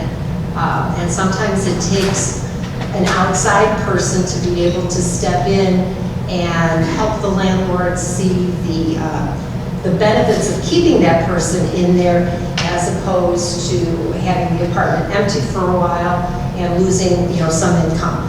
And also just being able to have some empathy and just understanding the human needs of housing. Because if you have the housing, you can deal with the rest of the things that are a problem for you. But if you don't have that housing, it's just really a struggle. And we've had people who have struggled quite a bit, and between the budgeting and everything else that we try to provide, and the emotional support, and just being able to listen to them and giving them some options makes a tremendous difference for them. The thing that we forgot to mention is like we also do street outreach, just because it's like there are people that are experiencing homelessness but for various reasons are not connected to services or are banned from shelters or that don't want to go to shelters, including in a forest preserve in our area. There is a lot of people that are in like tents and live. We have 2 guys that live there for the last 9 years, believe it or not. And it's like our street outreach person is trying to connect them to services, at least link them to benefits. And talking about linking to benefit, it's like we are able to sign people for Medicaid and access to care and SNAP application and so forth. And we have a disability attorney that is trying to connect people to get mainstream benefits. But in general, it's like whenever somebody comes to us, it's always the tip of the iceberg. It's like we find out that the problem that they are trying to address is just the tip of the iceberg. There is a lot more going on that the family needs help and support. And obviously we're trying to help people in any possible way. Any questions? Clarification. I just had a quick clarification question on question 27, where it lists current funding sources. You state an amount of $8,500 currently received from Maine Township. Could you clarify that for me? Actually, last year we did not receive any funding because we didn't apply. And the reason for us not applying is we were in the midst of our former CEO retired, but he was doing some consulting work, and we had interim executive director that didn't apply, and it's we didn't apply for the funding. Well, you missed the deadline. Yes. Other than that. So that 8,500 probably shouldn't be there because it's not currently being received from the Yes, township? yes, that's problem, I mean, yeah, you are right, I'm so sorry. Okay, all right, thank you. And then, so for the helping youth and get to empowerment, I mean, this is for people that there's no other programs available or they don't qualify for them. How many people get referred to general assistance within our township that you see?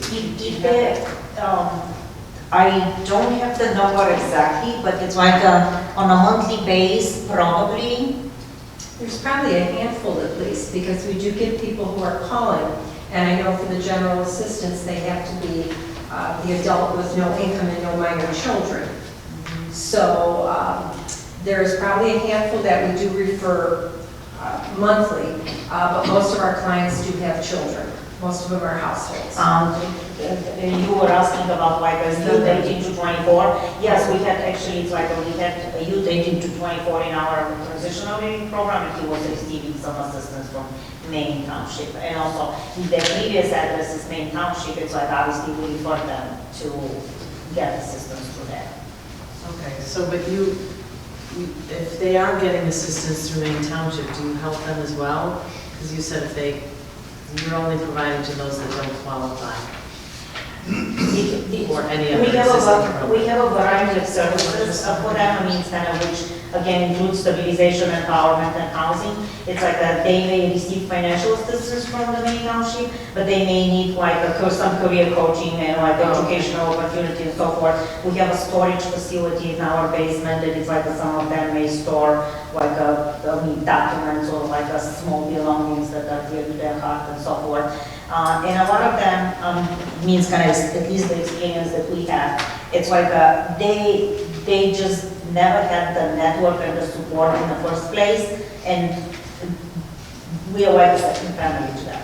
We do have two young people that, one is 21 and the other is 20, and they were both referred to general assistance. One was able to follow through and did get some help. The other one was able to start getting at least a part-time job. So he checked into it but did not follow through on things. Also want to commend you on your salary structure, where you have an executive director at 67.5, housing program manager at 42.8, accountant at 43.4, and 2 case managers at 36,000 each. For all the work that's done, it's something to be commendable. Thank you. Thank you. I have just a quick question. Under revenue, for food donations, non-cash, you have $186,000. Are you putting a cash value on actual food? Yes, yes. We are member of the Chicago Food Depository, and it's like we have to order food on a regular basis. And it's like, and once a year we get like a special statement from them that they value the amount of the food. And then we use the same evaluation for like community church and like regular donations to value the amount of the food. Because it's like we have to weigh everything that comes in and weigh out everything that comes out for accounting procedure. Okay, thank you. I just wanted to say that we refer a lot of people that we can't help with housing to you guys, and I never hear from them again, which is definitely a good thing. So you guys are definitely doing good work. Thank you. Yes, I forgot to mention, it's like a couple of years ago, obviously housing resources and housing options and housing assistance is limited then, and that's why it's like on a federal level was decided that it's like all the effort needs to be coordinated and to work more effectively, and we became the lead agency in the north and so-called walk-in center that see everybody about housing. Thank you. Definitely. We wish that we don't have too many people refer to us, but unfortunately that's still the case. Thank you. Thank you. Thank you.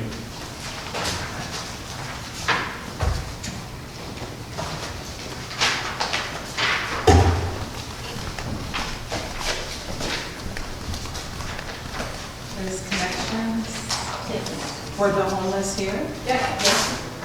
Ready? Yes. Elizabeth Novak.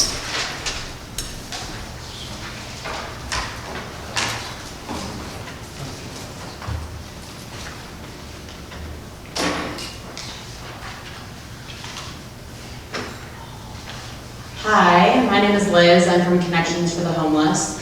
And Connections actually works really closely with Northwest Compass, and not to get in the weeds on how homeless services is structured, but there is a big, broad region across North Suburban Cook County that is served by one, let's call it one big umbrella. And so we are all part of a collective umbrella helping to end homelessness and prevent homelessness across Suburban Cook County. So a lot of our work is really similar to what Northwest Compass does, but there are some differences. And so I'm hoping to talk a little bit about what we do and also our plans for expansion in the year to come. But first of all, thanks for being here tonight.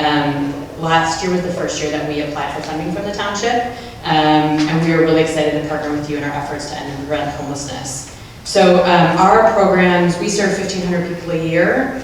Our programs are open to anyone seeking our services, regardless of where they come from. So if you're coming from Harvey, Illinois, our door is open. If you're coming from Chicago, our door is open. If you're coming from Park Ridge, our door is open to you. And like I said, that was 1,500 people each year, or last year that we served. And we see our numbers continuing to grow. A year ago, that number was 1,100. A year prior to that, that number was 700. So it has been doubling almost each year. So our work, Connection does work in 3 primary areas. We do homelessness prevention, shelter, and housing. So our homelessness prevention is as it sounds. It's providing direct cash assistance to families to help them avoid foreclosure and evictions. So last year there was 20 Maine Township households that we served, providing approximately $1,800 per household to keep them in their home. And you can imagine, especially when there's children in the home, keeping a kid in their home has such better educational outcomes, lifelong outcomes. It is a small amount of cash that we can infuse in a family that has a long-term impact. Our second area, so that's our prevention piece. Our second area is our shelter programming. So we provide both daytime and overnight services to people who are living on the street. And last year there was 25 Maine Township residents that came through us. So these folks are obviously, sometimes in the worst situations they've ever been, living on the street, living in their car, living in really unsafe situations. And we are doing a range of things with these folks. Sometimes we're giving them bus passes to get to and from appointments. We have free physical and mental health services that we're providing. We have psychiatric services that we're providing on site. We're obviously offering a place to sleep each night, and then providing a whole host of basic needs, food, clothing, and other services. And the critical piece to all this is the case management, right? So people need someone helping walk through those next steps, because you can imagine being homeless, simple day-to-day tasks are very different when you don't have a roof over your head. And then our final piece is housing. Obviously our goal is always to try to quickly get people out of homelessness and into housing as fast as we can. So last year there was 18 residents in Maine Township that we helped to provide either temporary or permanent housing subsidies to. And that's exactly what that sounds like, is providing that cash to pay that landlord to make sure that family stays in their home. So all this work across the region serving 1,500 people is really made possible with the support of our community. We've got 1,600 annual volunteers coming through our agency, and they are providing all the things, the financial resources, the in-kind donations, the time to make our work possible. And it's really this range of support that drives our work and that allows us to serve these 1,500 people a year. So we estimate that it's volunteers provide approximately 8 full-time employees each month. That's sort of the value of their service. And in the coming months, we're preparing for even more expansion. So I talked about the growth in the number of people we're serving. So right now, our shelter programming only serves male identifying participants. Early in 2020, we are preparing to open a shelter to serve women. Our shelters are what we call transitional shelters, so we give people as long as they need in that shelter programming to then identify a housing solution. And we're working with them to find that housing solution, because what we don't want to do is bring someone into our shelter program, give them a time window, and then kick them back into homelessness. So this women's shelter will operate the same way that our shelter for men operates, and that we're planning for early 2020. We've also doubled our homelessness prevention efforts, thanks in large part to the state of Illinois.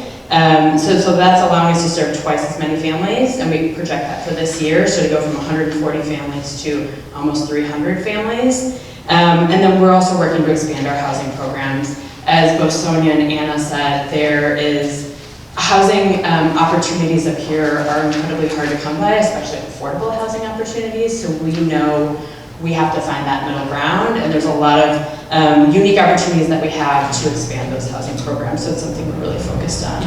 And then finally, I just want to piggyback on something they mentioned about House Bill 261, because this has really been a game changer for our organization as well. And we were working with District 207 this year. There was a family who experienced a fire, and they were placed into temporary housing and had insurance for paying for that temporary housing, and then the insurance payments ran out. And the rental said, it's okay, you can pay us $3,000 a month and you can keep this rental. And the family was like, we can't do that. We're on not only a fixed income, but an incredibly low income.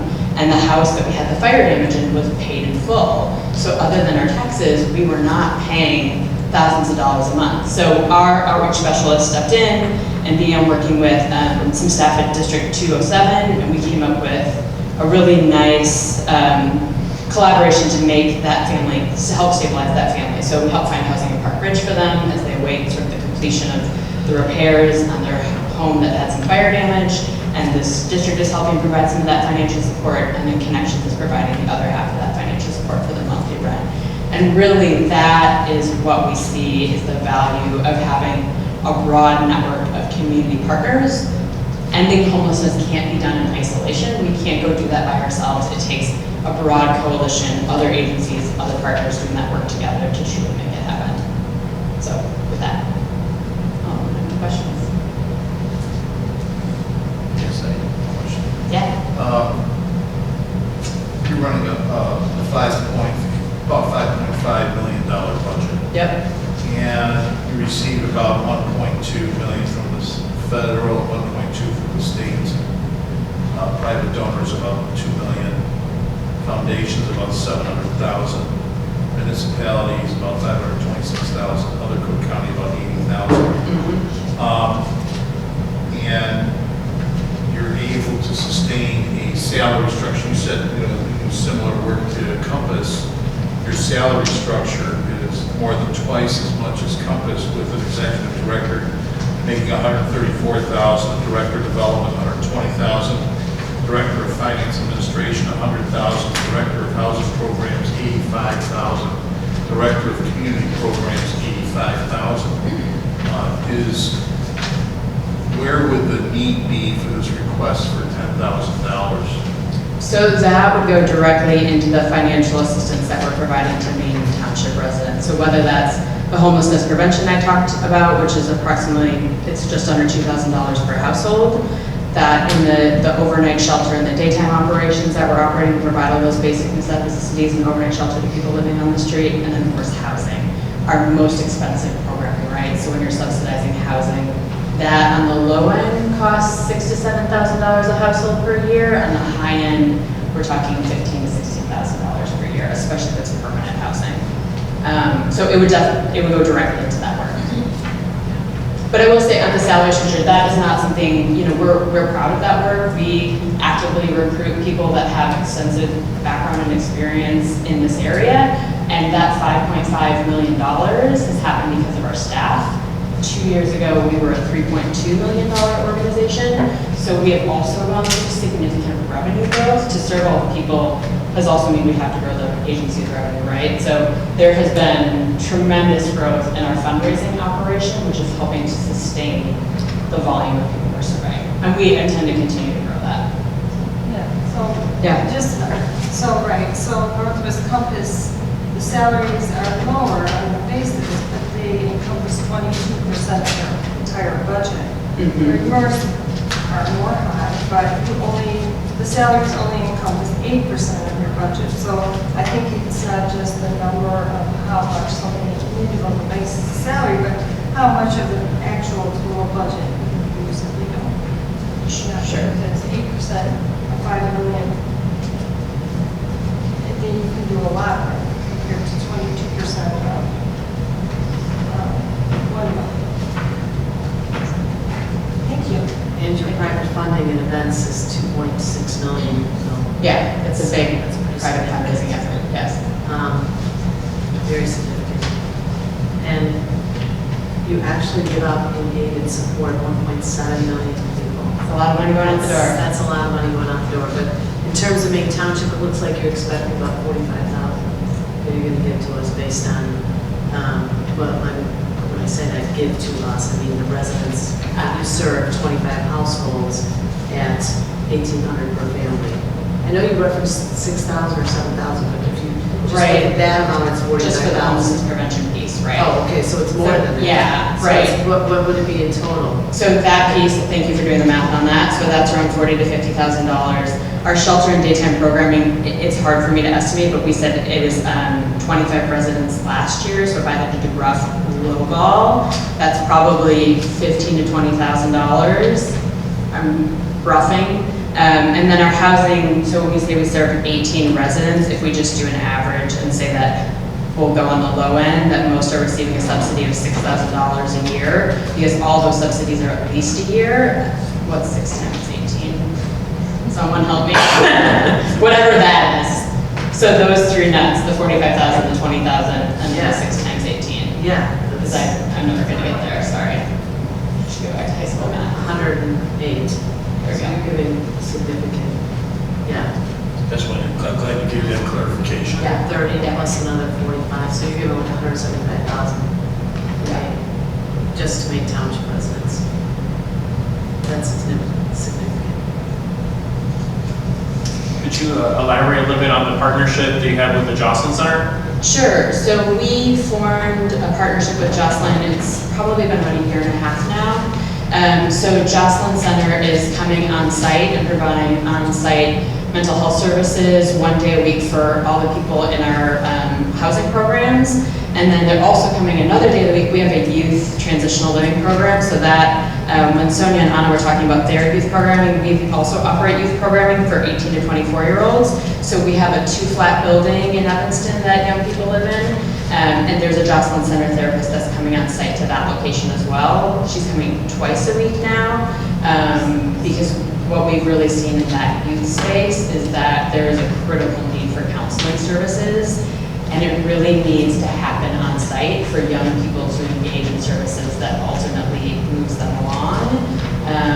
We've tried different models and tried getting youth to engage in sort of community-based services, and we have not had a lot of success with that. So we decided to bring it in-house. It has come at a cost, but we're really grateful for the partnership, and so far it's turning out pretty well.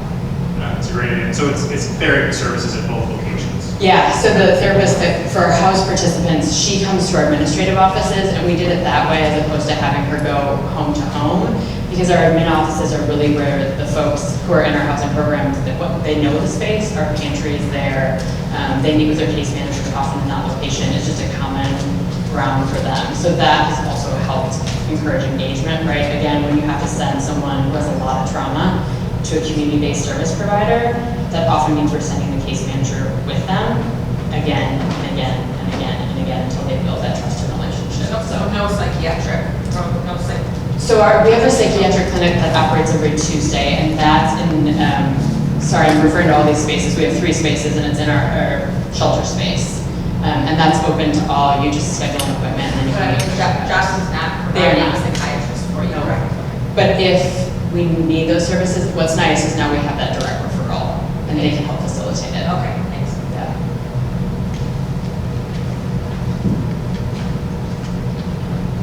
Thank you. Thank you. Thanks. Thank you.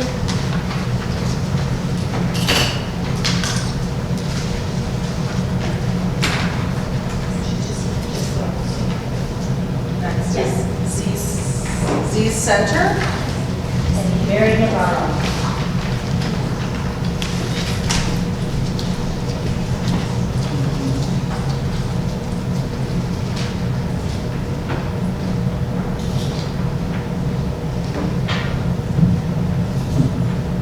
Hi, good evening. Thank you for letting me present this evening. And bear with me, this is actually my very first time presenting to a board like yours. I've been with Z Center a year. We are known as Zacharias Sexual Abuse Center. We have 2 locations, one in Gurnee, Illinois, which is the only rape crisis in Lake County, and one in northeastern Illinois, which is Skokie. We offer advocacy, prevention education to the community, and we also have hotline services and counseling. All of our direct services are free of charge. The areas that we support are for those who are low income. We do have people calling into our hotlines and coming into the Gurnee office who are located in Cook County. We have had a number of people from Maine Township actually use our services. And we do offer services for the siblings, the non-offending siblings as well. As we all know, sexual assault is on the rise, has been for many years, but it's really coming out into the media as of most recently in the last several years, especially with the Me Too movement. It's important to understand that although many people believe that this is kind of an assault that doesn't really take place in most of anyone's community, I guarantee you somewhere, sometime in your lifetime, you will be spoken by someone who will come to you and tell you that they've been sexually assaulted. I was an advocate for many years, for the last 10 years with Z-Center. I actually did the advocacy work.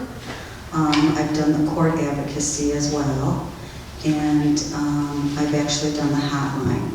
I was a part-timer for many years. I came from the corporate world.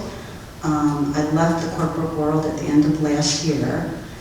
I have been going to nursing school. My intent is to be a sane nurse because this is something that is near and dear to my community. I am not from the Gurnee community. I am from Deerfield, Illinois. And I guarantee you within my own community, there are people who have used our services. So we do our best to try to help those that are in need. We do not deny anyone who comes to look for our services. You may be asking yourself, why would someone from Cook County come all the way up to Gurnee? There are services, many services in Cook County, but there are people who don't want to be identified or fear of being identified by somebody who may be sitting in that office, the receptionist who's working, the counselor who may be working there who lives in their neighborhood. So people take that hike all the way up to Gurnee. And then we have people in Gurnee who don't want to be identified in our office, so they use our Cook County office. Our Cook County office does counseling, and it also does education. That's for the community. Yes. You are welcome to ask for a tour at any time. You are welcome to visit our site on the call at any moment. Again, I've been with Z-Center for the last 9-10 years doing volunteer work, but I basically took on the position of grant manager because I wanted to ensure that everything that was written was going to be doing the best to do the best that we could to ask for funding in many different ways. Z-Center has a very strategic portfolio. We do not depend on the government. We do have government funds that we write and receive, but we are most 501c3s from our background basically depend on the government heavily.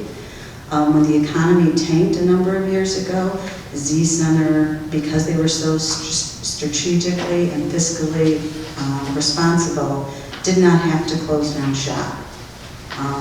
And with their fiscal responsibility, they were able to open up the Skokie in order to help that community up there as well. If there's anything else that I can answer, please feel free to ask me. How many people did you say were in touch? Because I think you said a number of 25. And that's basically what we know of. By law, we have to take account of those that we have counseled, that we have done advocacy for, or prevention education. That includes professionals. But when someone comes to Z-Center, we do not force them to tell us where they are from. So the numbers that we have are just from those clients that are willing to give us the information.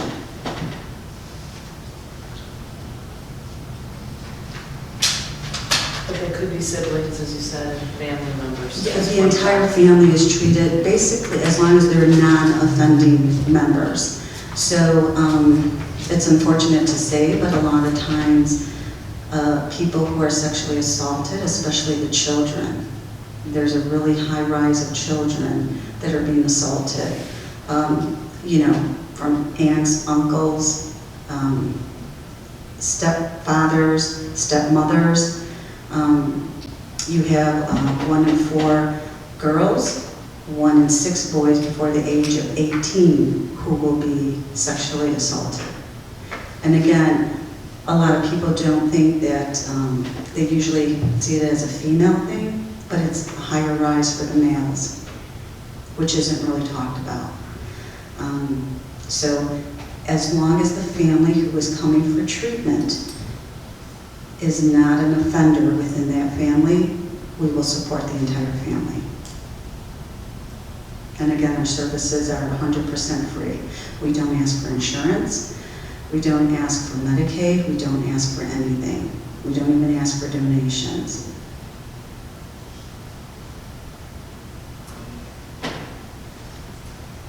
Any other questions?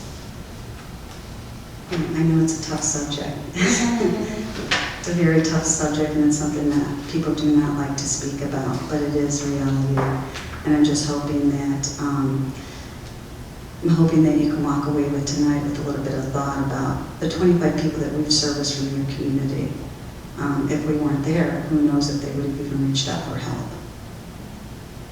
Thank you for your time. Thank you.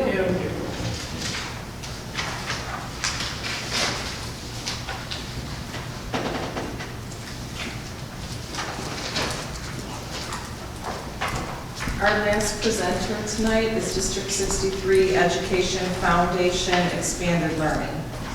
Ranjisha.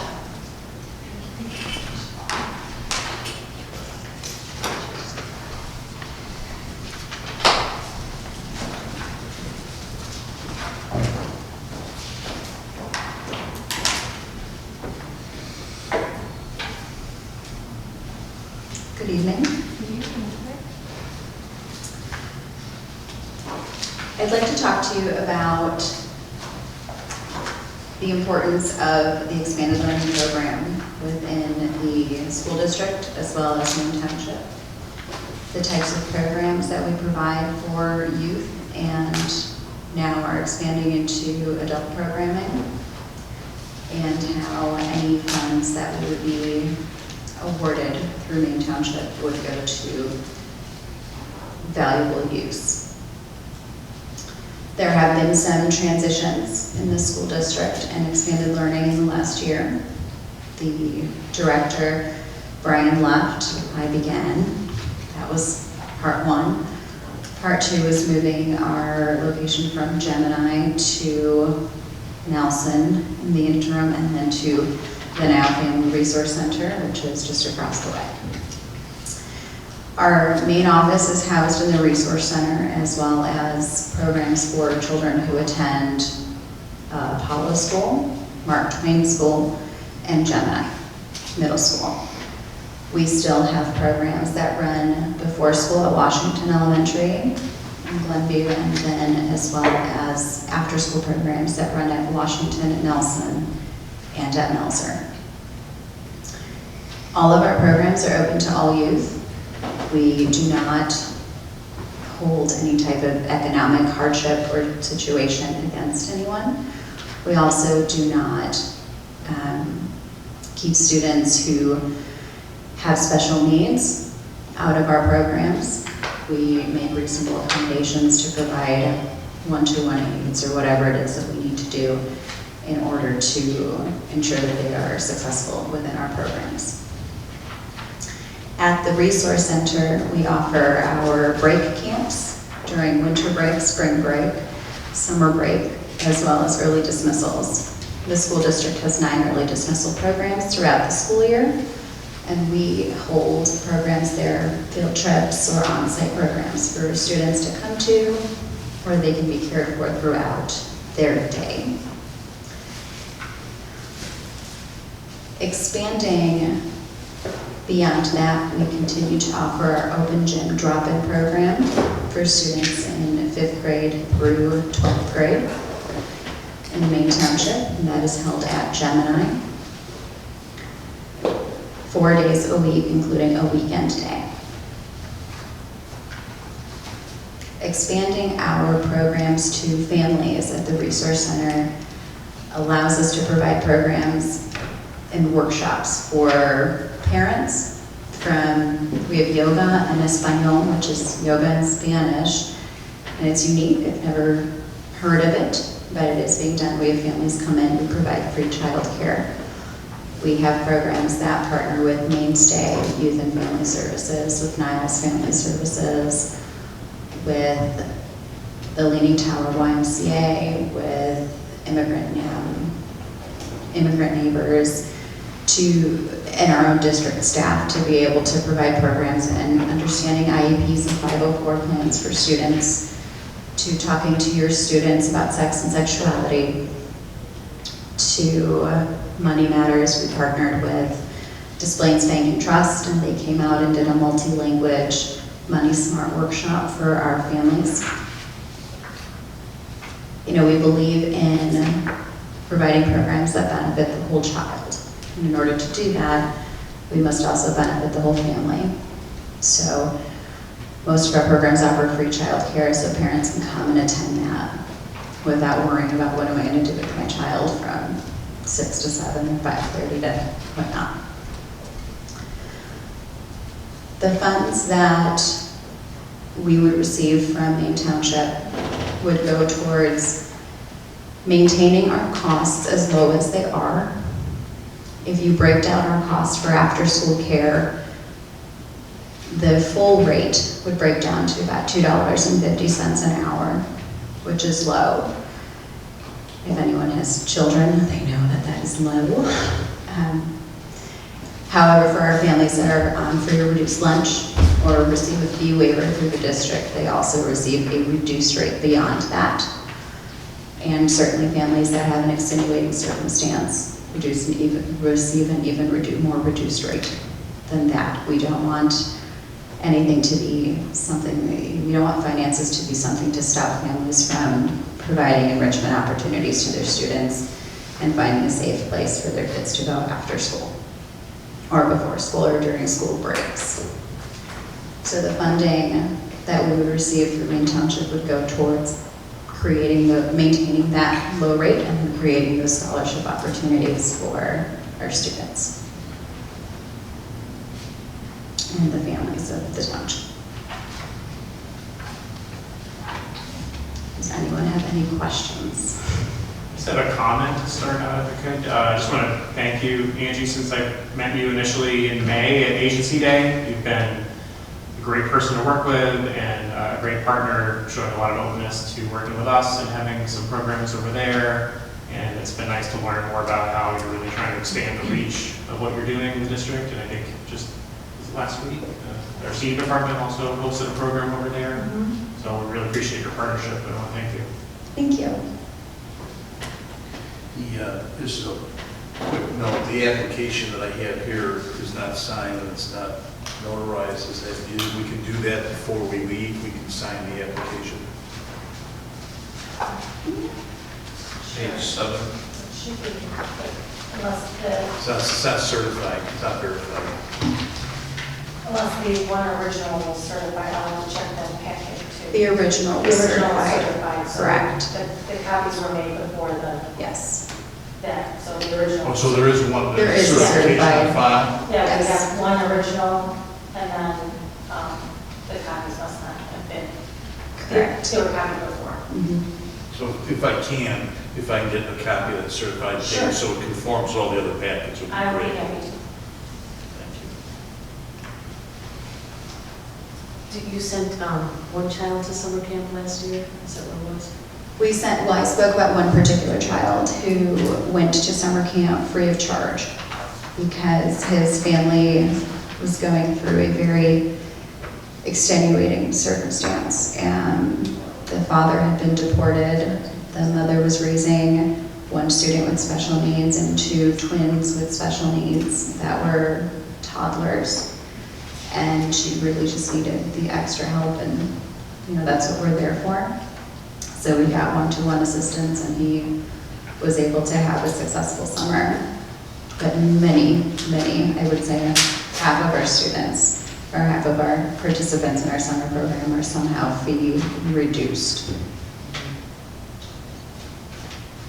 On page 2, the annual salaries for the employees look like? Yes, because the Educational Foundation doesn't have any employees.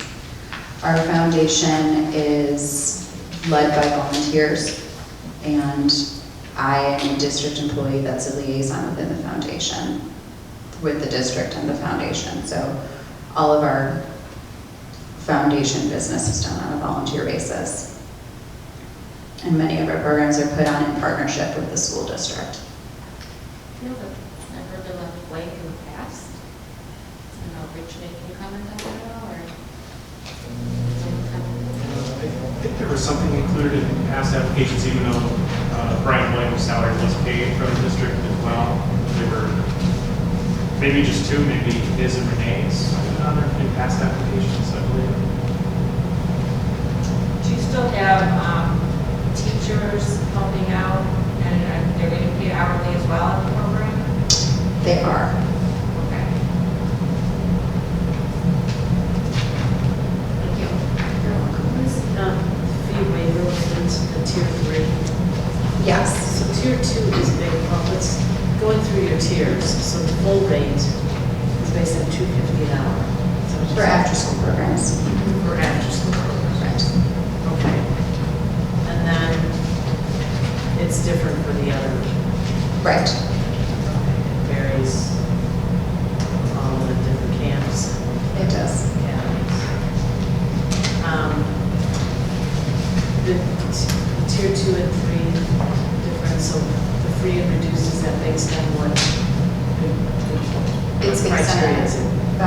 they have free or reduced lunch through, they apply for free or reduced lunch through, I believe, the state. The state provides the benefits, or they provide a income statement form that's required by the USDA. And then there's determining factors based on income and eligibility that determine whether they're free or reduced. Yes. Correct. And then the lower than that is based on what? The fee waiver, which is also similar criteria to free or reduced lunch based on family size and income. And the school district makes that determination. Okay, is that, what percent of poverty level is that? That I'm unsure of exactly, but the numbers are similar, or I believe the district uses the numbers that the USDA sets for income guidelines.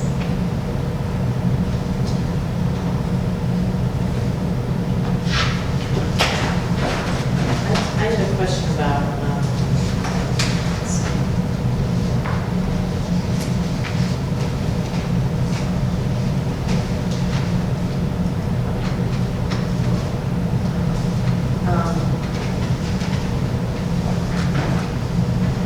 $50,000 under expenses is donations. Why is there an expense in donations? Because the donation is the scholarship. Oh, okay, that's the scholarship, so that's Correct. the summer camp. That's the ones for one child, right? No, it's for any student and child that receives any type of reduced rate or scholarship throughout the school year, so any program that we run. Okay. So that's for a multitude of kids. Correct. And,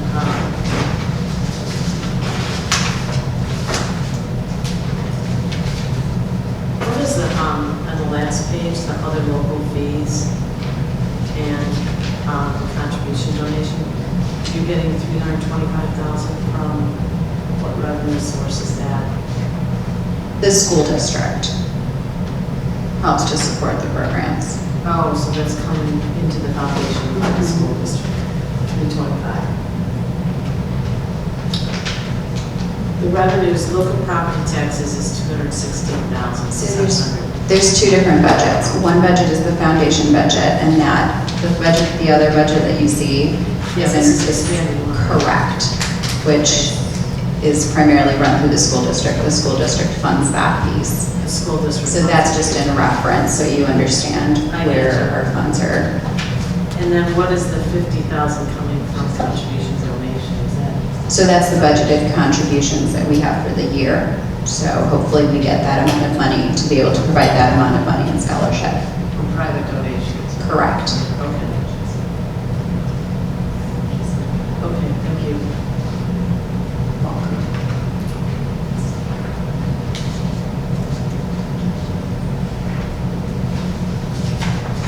Any other questions? Thank you so much. Thank you. Nice to meet you.